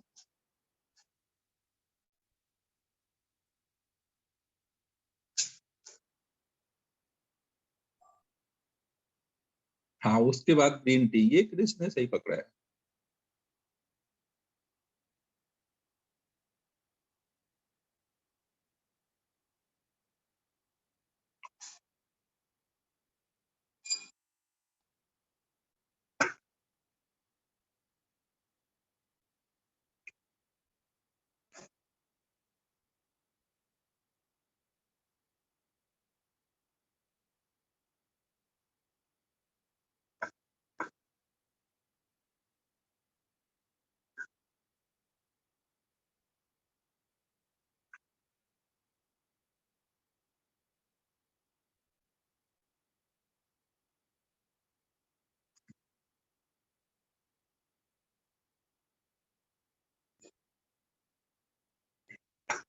कलरलेस दूध के लिए आप टैप के पास जाओ और टैप को ऑन करो, देखो कलरलेस दूध आने लग जाएगा उससे।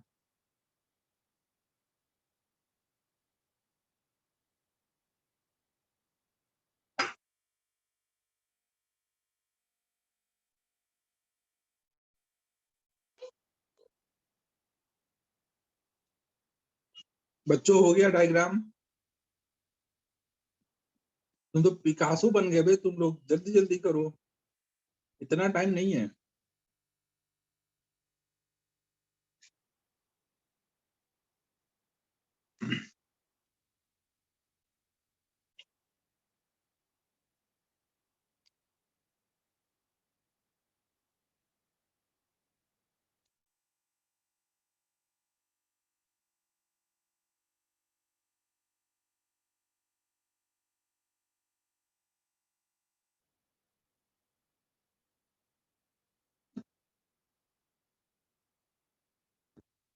हाँ ये जॉ है, जॉ, JAW।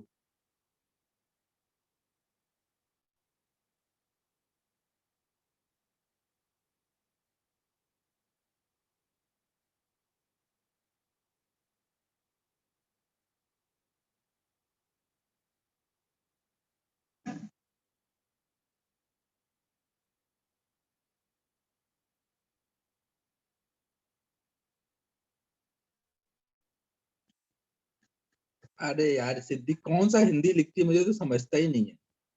हिंदी का तो बहुत ही प्रॉब्लम है लग रहा है तेरे साथ। पता नहीं क्या क्या लिख दिया, कुछ समझ ही नहीं आया, सब बाउंसर गया। इंग्लिश में तो मचा ही देती होगी तू।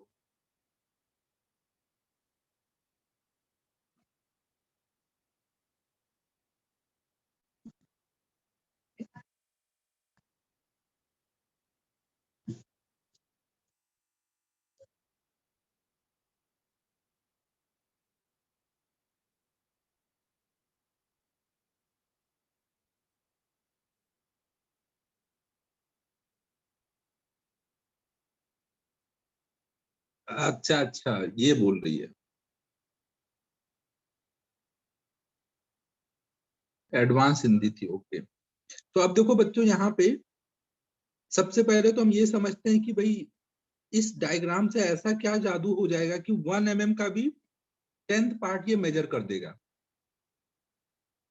1 mm का भी 10th पार्ट, समझ लो यहाँ पर ऐसा हमने कॉन्सेप्ट नहीं लगाया कि भाई 1 mm था, 1 mm ऑलरेडी बहुत छोटा होता है और उसको 10 पार्ट में डिवाइड किया है। समझो ऐसा नहीं किया यहाँ पे। फिर यहाँ पे इस इंस्ट्रूमेंट से ऐसा क्या जादू किया है हम लोगों ने कि 1 mm का भी 10th पार्ट ये मेजर कर देगा। तो देखो इसके पीछे जादू क्या छुपा हुआ है। मान लो आपके पास दो स्टिक है ना, ऐसे मान लो आपके पास दो स्टिक है। एक स्टिक थोड़ी छोटी और एक स्टिक थोड़ी बड़ी है ना। ये वाली पेंसिल थोड़ी छोटी है और ये वाली पेंसिल बड़ी है ना, ये बड़ी है। और मान लो कोई भी रीडिंग ले रहे हो तो आप इसमें बीच में कोई डिवीजन नहीं बनाया है, तो इसके इंटीग्रल मल्टीपल में जो भी आएगा आप उससे मेजर कर सकते हो, या फिर इसके इंटीग्रल मल्टीपल में कुछ आएगा वो आप मेजर कर सकते हो। समझो बच्चों, मान लो ये 1 सेंटीमीटर है ना। मानने में क्या जाता है, ये मान लेते हैं 1 सेंटीमीटर है, तो अब इसके 10 टाइम कुछ आया तो आप बोलोगे वो 10 सेंटीमीटर का है। और ये मान लो कि 0.9 सेंटीमीटर का है, तो इसके अगर 10 टाइम कुछ भी आएगा तो वो 9 सेंटीमीटर हो जाएगा। समझो दो डिवीजन है आपके पास। लेकिन अगर हम दोनों को एक साथ यूज करें, अगर हम दोनों को एक साथ यूज करेंगे तो ये डिस्टेंस कितनी आएगी। अगर दो स्टिक है आपके पास, एक स्टिक है, अरे यार, एक स्टिक है 1 सेंटीमीटर का और एक है 0.9 सेंटीमीटर का। तो इससे तो मैं 1 के मल्टीपल में ही मेजर कर पाऊंगा, इससे 0.9 के मल्टीपल में मेजर कर पाऊंगा। लेकिन अगर मैं दोनों को एक साथ रखूं तो जो ये बीच में गैप आएगा वो गैप कितना होगा। तो इसका मतलब अगर मैं इस गैप को यूज करूं मेजरमेंट के लिए तो मैं वहां पे 0.1 सेंटीमीटर भी मेजर कर सकता हूँ। समझो, मैं इस गैप को 0.1 सेंटीमीटर बोलूंगा, तो इस गैप को यूज करते हुए इसके इंटीग्रल मल्टीपल में मैं 0.1 सेंटीमीटर तक रीडिंग निकाल सकता हूँ। समझ आ रहा है बच्चों। तो जिसने भी ये दिमाग लगाया महान आदमी रहा होगा कि भाई दो अलग अलग स्केल लो, एक थोड़ा छोटा एक थोड़ा बड़ा, और उसका डिफरेंस ले लो तो भी अपना काम हो जाएगा।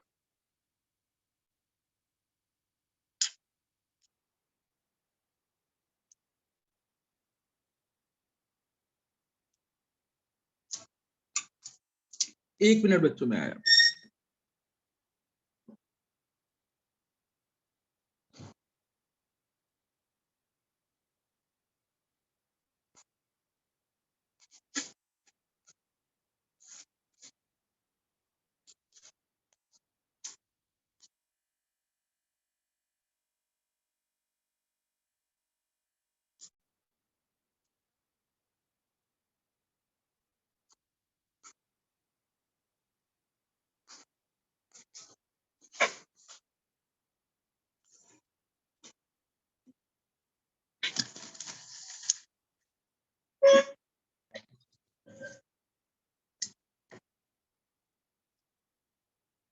ये तो बात तूने बहुत सही बोली सिद्धि।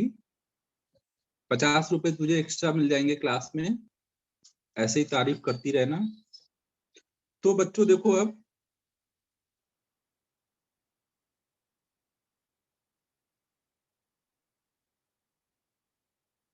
बट वो 50 रुपए तेरे हाथ तक पहुंचेंगे नहीं, क्योंकि बीच में फाइन लगा के वापस ले लूंगा मैं। तो बच्चों देखो, अब ये ओम पे बहुत फाइन लगा था, ओम से पूछना।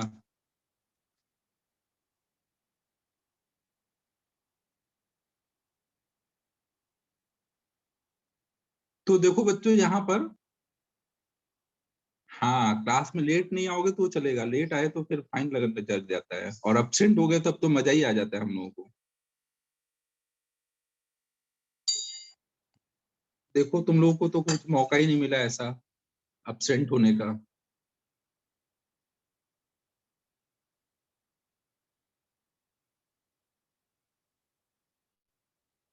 एब्सेंट होने पे ज्यादा नहीं, बस 100 का ही फाइन लगता था एक दिन का। 2-3 दिन, 4 दिन शादी कराने चले जाओ तो और अच्छा लगता था। हाँ, बीमार होने पे पार्टी नहीं, वो फाइन नहीं लगेगा, लेकिन आपको डॉक्टर का प्रिस्क्रिप्शन लेके आना पड़ेगा। ऑनलाइन में लगाएंगे तो कैसे लेंगे यार, पार्टी नहीं हो पाएगी ना एक्चुअल में। फाइन के पैसे का पार्टी करते थे हम लोग, बट वो पार्टी हो ही नहीं पा रही है, तो फाइन लेके क्या करूंगा मैं।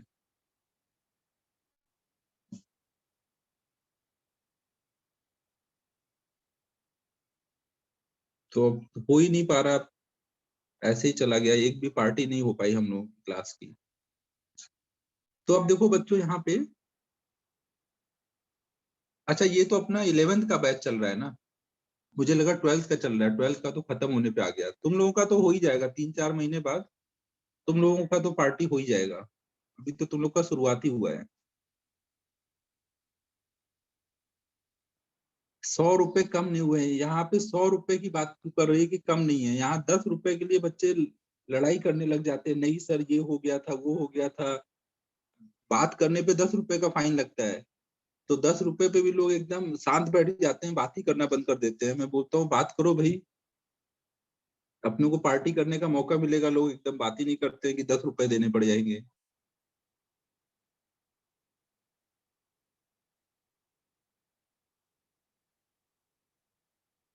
और अब्सेंट पे तो 100 रुपए में तो पता नहीं क्या हो जाता है, कयामत आ जाती है, 100 रुपए देने पड़ जाएंगे अब तो।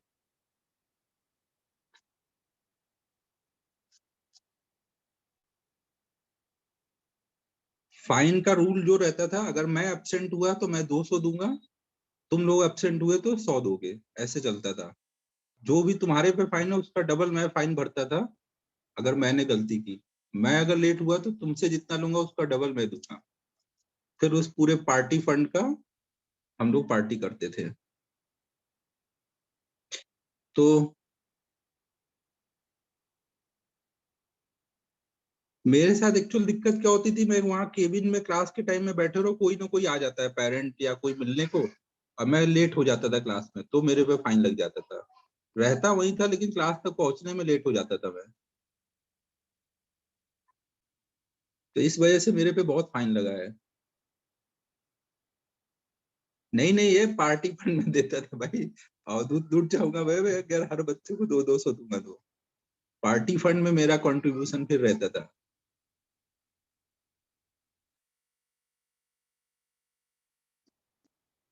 यार 10 टाइम तो बहुत ज्यादा हो जाएगा, डबल बहुत है भाई।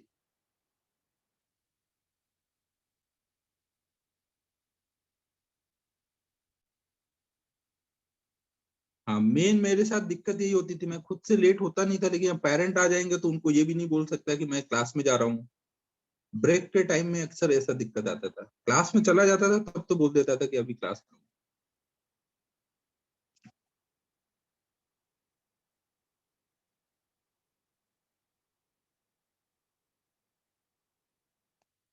बट लेट वाला ज्यादा फाइन होता नहीं है, लेट वाला तो अगर 5 मिनट तुम लेट हुए तो तुम्हें 10 देने हैं, मुझे 20 देने पड़ेंगे, तो ज्यादा लेट का दिक्कत होता। अब्सेंट का दिक्कत ज्यादा था, कभी अब्सेंट हो गए तो, या फिर घर वर चले गए तो बहुत ज्यादा लोड आ जाता था। एक बार 10 दिन के लिए गया तो 2,000 का सबने बिल बना दिया था, जबकि मेरा क्लास भी नहीं लगा था टाइम टेबल में।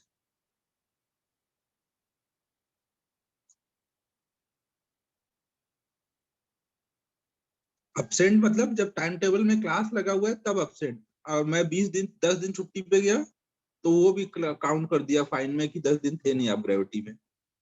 क्लास का नहीं, ग्रेविटी का एब्सेंट प्रेजेंट देख लिया मेरा।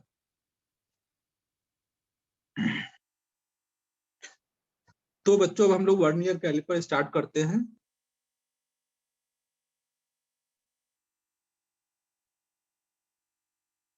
देख वो रूल अपन पहले ही सेट कर लेंगे, जब ऑफलाइन स्टार्ट होगा क्लास के रूल्स क्या रहेंगे वही फॉलो होगा, रूल बीच में चेंज नहीं करेंगे हम लोग।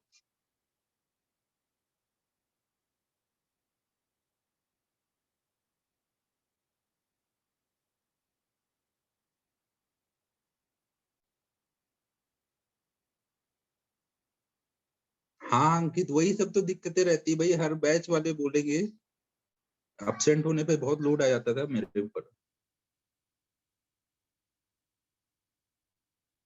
दूर रहते हैं मतलब यार, दूर का तो कोई एक्सक्यूज नहीं है, आप थोड़ा जल्दी निकलो।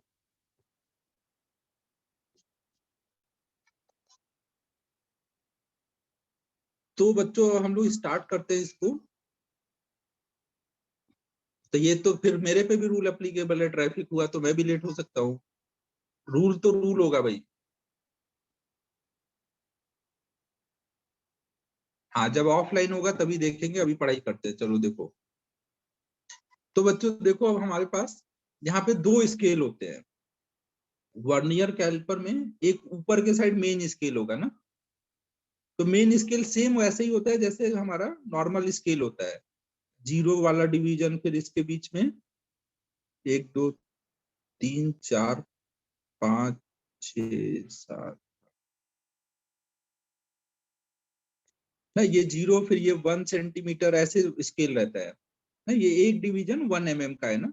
और नीचे के साइड में वर्नियर के डिवीजन रहते हैं, वर्नियर के डिवीजन थोड़े से छोटे रहेंगे। अगर ये 1 mm का है तो नॉर्मली वो 0.9 mm का होता है, तो थोड़ा सा छोटा होता है। तो वो क्या होता है, इसके 10 डिवीजन इसके 9 डिवीजन के सामने आ जाएंगे।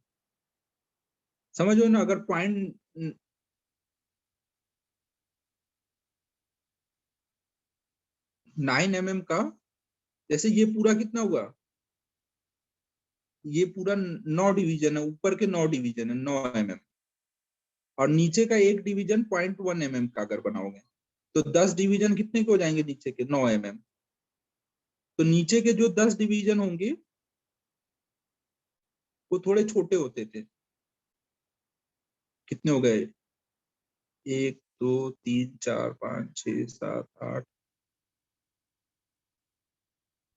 9 10।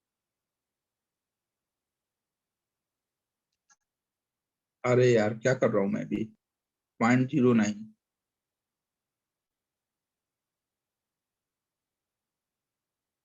0.9 mm। मैं भी मचा रहा हूँ।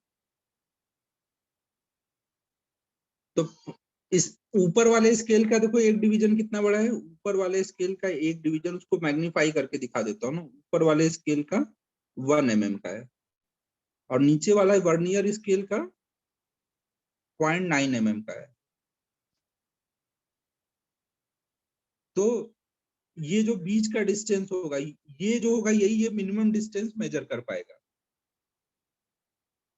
तो देखो जो ऊपर वाले स्केल के डिवीजन होते हैं उनको हम बोलते हैं मेन स्केल डिवीजन, MSD, और नीचे वाले डिवीजन को बोलेंगे वर्नियर स्केल डिवीजन, VSD ना।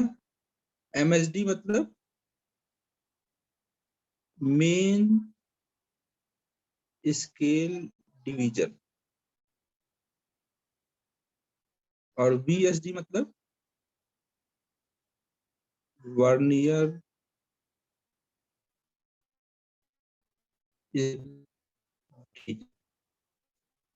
तो नॉर्मली ये ऊपर वाला 1 mm का होता है।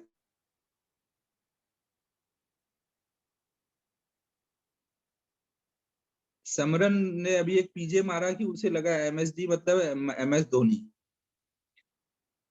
और वो भी डायरेक्ट मैसेज कर रहा है, सुनता नहीं है ये। और VSD मतलब ये भी बता दे कुछ, और VSD मतलब वर्नियर स्केल डिवीजन। तो मैं क्या बोल रहा था, नॉर्मली देखो ये ऊपर वाला जो होता है 1 mm का होता है, ये 0.9 mm का, बट ऐसा जरूरी नहीं है, क्वेश्चन में चेंज भी कर सकते हैं। समझो बच्चों, क्वेश्चन वगैरह में ये चेंज भी हो सकता है। नॉर्मली ये 1 mm होता है, ये 0.9 mm होता है। तो अगर पूछा जाए कि इस इंस्ट्रूमेंट का लीस्ट काउंट बताओ, तो लीस्ट काउंट कैसे बताओगे? Least count LC, vernier caliper का लीस्ट काउंट कितना होगा बच्चों? 1 MSD माइनस 1 VSD, दोनों के डिवीजन को जो डिफरेंस होगा वही आपका लीस्ट काउंट होगा ना। समझ आ रहा है बच्चों?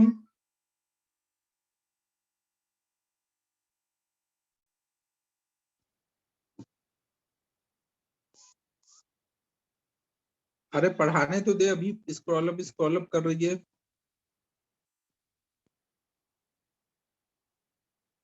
जल्दी लिखो भाई। ये मैंने यहाँ पे जो एक डिवीजन है उसी को मैग्नीफाई करके बनाया है ना। यहाँ पे मैंने एक डिवीजन को इतने पार्ट को जूम किया है।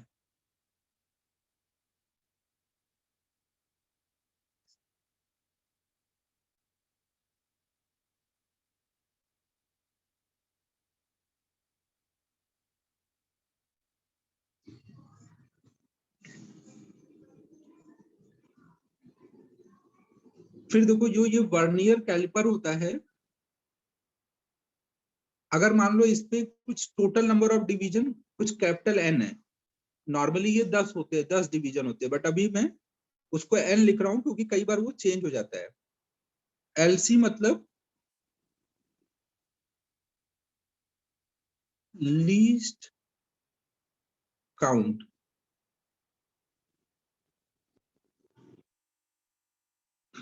Leaving certificate. तो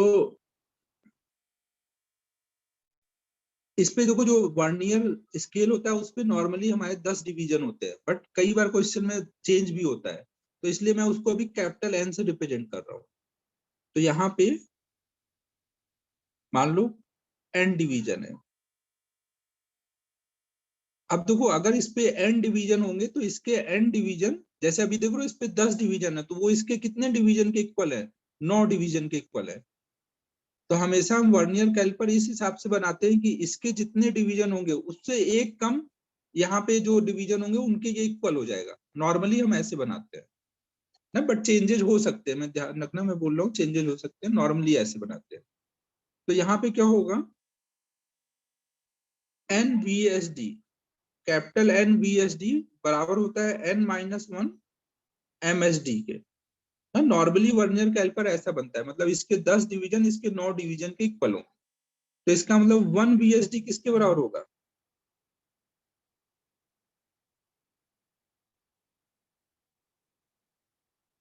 1 VSD बराबर होगा n minus 1 over n MSD के। तो अगर मैं ये वाली वैल्यू यहाँ पे डाल दूं तो लीस्ट काउंट का फॉर्मूला क्या बन जाएगा? 1 MSD minus n minus 1 over n MSD।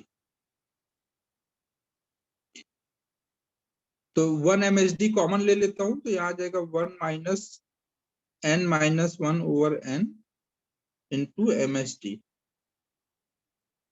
तो ये आ जाएगा 1 बाई n MSD। ना, तो इसका मतलब क्या हुआ? लीस्ट काउंट का फॉर्मूला आपका आ गया 1 MSD by number of division on vernier scale. Least count का फॉर्मूला क्या आ गया? MSD over number of division on vernier scale. Capital N ध्यान रखना, ये क्या है? Number of division on vernier scale. तो ये फॉर्मूला भी आपको याद रखना है, दो लीस्ट काउंट के फॉर्मूले दोनों याद रखना है आपको।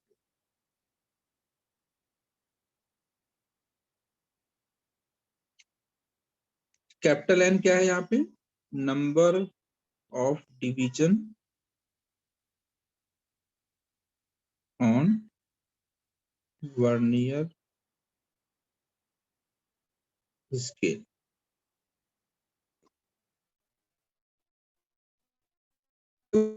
लीस्ट काउंट निकालना अभी हमने सीखा कि वर्नियर कैलिपर का लीस्ट काउंट कैसे निकालते हैं।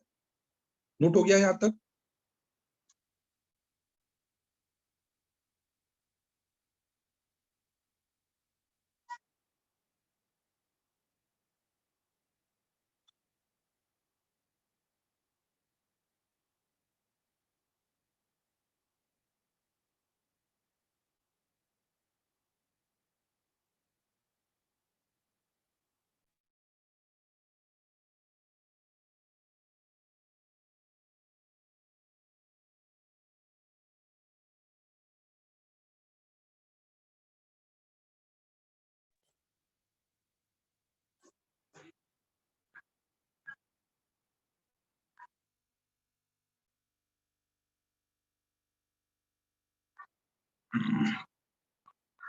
पार्टी में क्या रहेगा, वो डिपेंड करेगा कि पैसे कितने अपने पास है।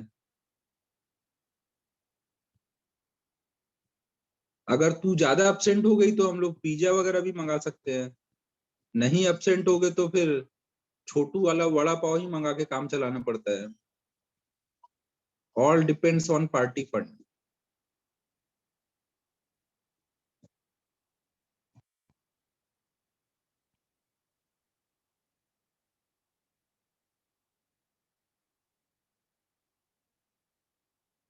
छोटू का वड़ा पाव तो सबने सुना ही होगा। एक नासिक वड़ा पाव वाला है। नासिक वड़ा पाव वाले के नीचे उसका स्लोगन पढ़ा है कभी?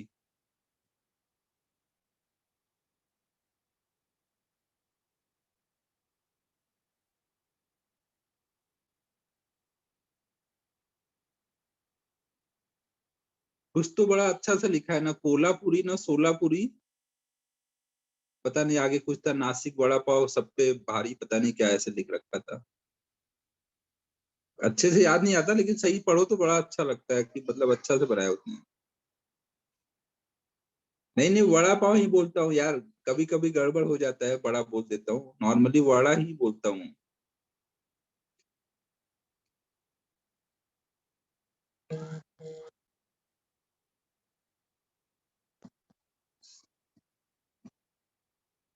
यार पहले मुझे पता नहीं था इसलिए मैं बड़ा बोल देता था, अभी मेरे को पता है वड़ा होता है।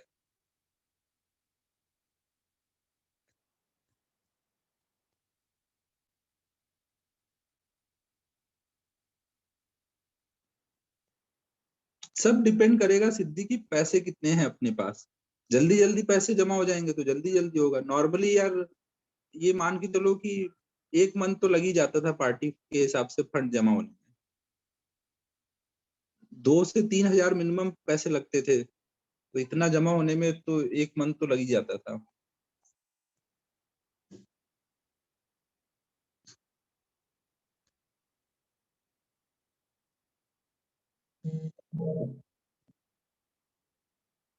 जिनको अगर फाइन देने में दिक्कत रहती थी उनके लिए भी ऑप्शन रहता था, वो डांस कर सकते हैं या गाना गा सकते हैं, तो अपना एंटरटेनमेंट भी हो जाता था इसी बहाने और पार्टी भी हो जाती थी।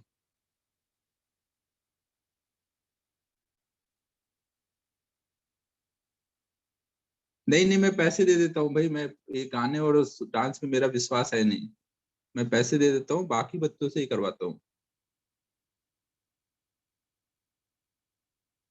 तो अब सपोज जैसे आपको बोला जाए कि कोई वर्नियर कैलिपर है जिसमें मेन स्केल डिवीजन है कुछ 1 mm का।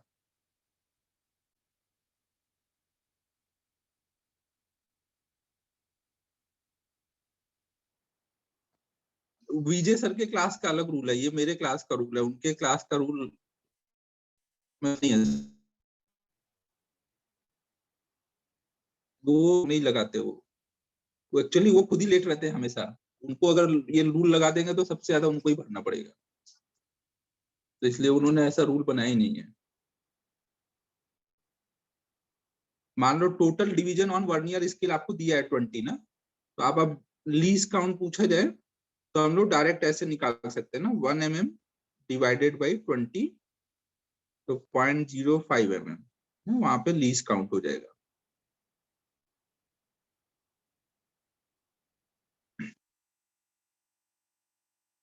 अब नेक्स्ट पॉइंट आता है कि हम इससे रीडिंग कैसे लेते हैं ना। वर्नियर कैलिपर से आप रीडिंग कैसे लोगे, तो रीडिंग निकालने का तरीका होता है। अब बचे हैं 7 मिनट, ठीक है, तब तक थोड़ा तो बता ही देता हूँ। एक्सपेरिमेंट करके जो हम रीडिंग निकालेंगे तो कुछ ऐसा आता है, N × MSD plus small n into least count. ये आपको फॉर्मूला याद रखना है ना, वर्नियर कैलिपर से जब भी रीडिंग लोगे तो ये फॉर्मूला लगाना पड़ता है। इसका डेरिवेशन मैं बता दूंगा अगली क्लास में, लेकिन पहले फॉर्मूला समझ लो ना। जहाँ पे कैपिटल N क्या है, ये कैपिटल N और यहाँ पे कैपिटल N था, ये अलग अलग है ना, ये दोनों अलग अलग कैपिटल N है। यहाँ पे कैपिटल N रीडिंग लेने के टाइम कैपिटल N क्या रिप्रेजेंट करता है, main scale reading,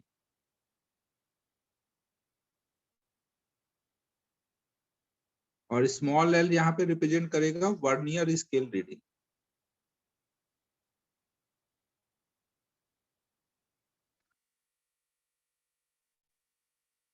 main scale reading, vernier scale reading, capital N और स्मॉल एन ऐसे रिप्रेजेंट करेंगे। अब इसका देखो क्या मतलब हुआ। अब यार 5 मिनट बचा है, जाने ही देता हूँ, बेकार में टाइम मिलेगा नहीं, समझा नहीं पाऊंगा पूरा। अब ये वाला पार्ट, रीडिंग लेने वाला पार्ट, अब अगली क्लास में यहाँ से शुरू करेंगे ना, थोड़ा ही बचा है, अगली क्लास में खत्म हो जाएगा अभी पूरा। तो अब होमवर्क दे देता हूँ, ये वाला पार्ट अभी रीडिंग वाला छोड़ दो ना, वो अगली क्लास में देखो। एरर वाला पार्ट कंप्लीट हो गया तो वो पूरा होमवर्क कर डालो एरर पे।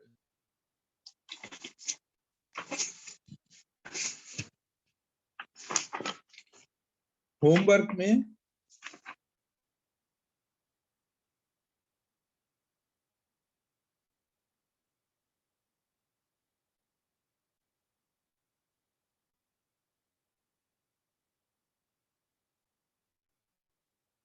इलस्ट्रेशन 15 से स्टार्ट करके इलस्ट्रेशन 2 तक, 22 में ध्यान रखना ना कि करेक्शन है, जैसे मैंने बताया वैसे सॉल्व करना, और इन टेक्स्ट एक्सरसाइज 2 कंप्लीट।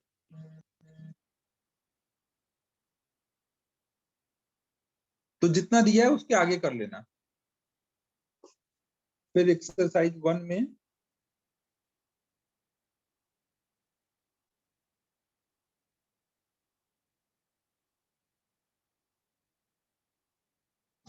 थर्टी 32 से स्टार्ट करके 63 तक।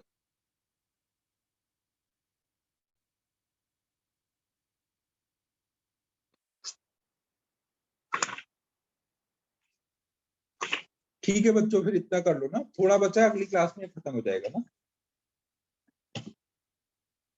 फिर मंडे से हम लोग फिजिक्स का पहला टॉपिक स्टार्ट करेंगे, काइनेमेटिक्स। मतलब जहां से इंटरेस्टिंग होगा थोड़ा फिजिक्स, अभी तक तो सब ऐसे ही चल रहा है। तुम ही लोग बोले ना 2-3 ही डाउट है, 2-3 डाउट है तो व्हाट्सएप पे भेज दो, बता देता हूँ।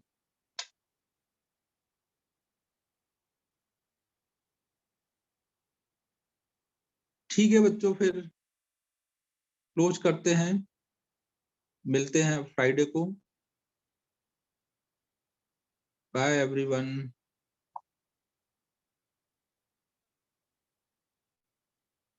हाँ, नेक्स्ट क्लास में तो चैप्टर पक्का ही खत्म हो जाएगा।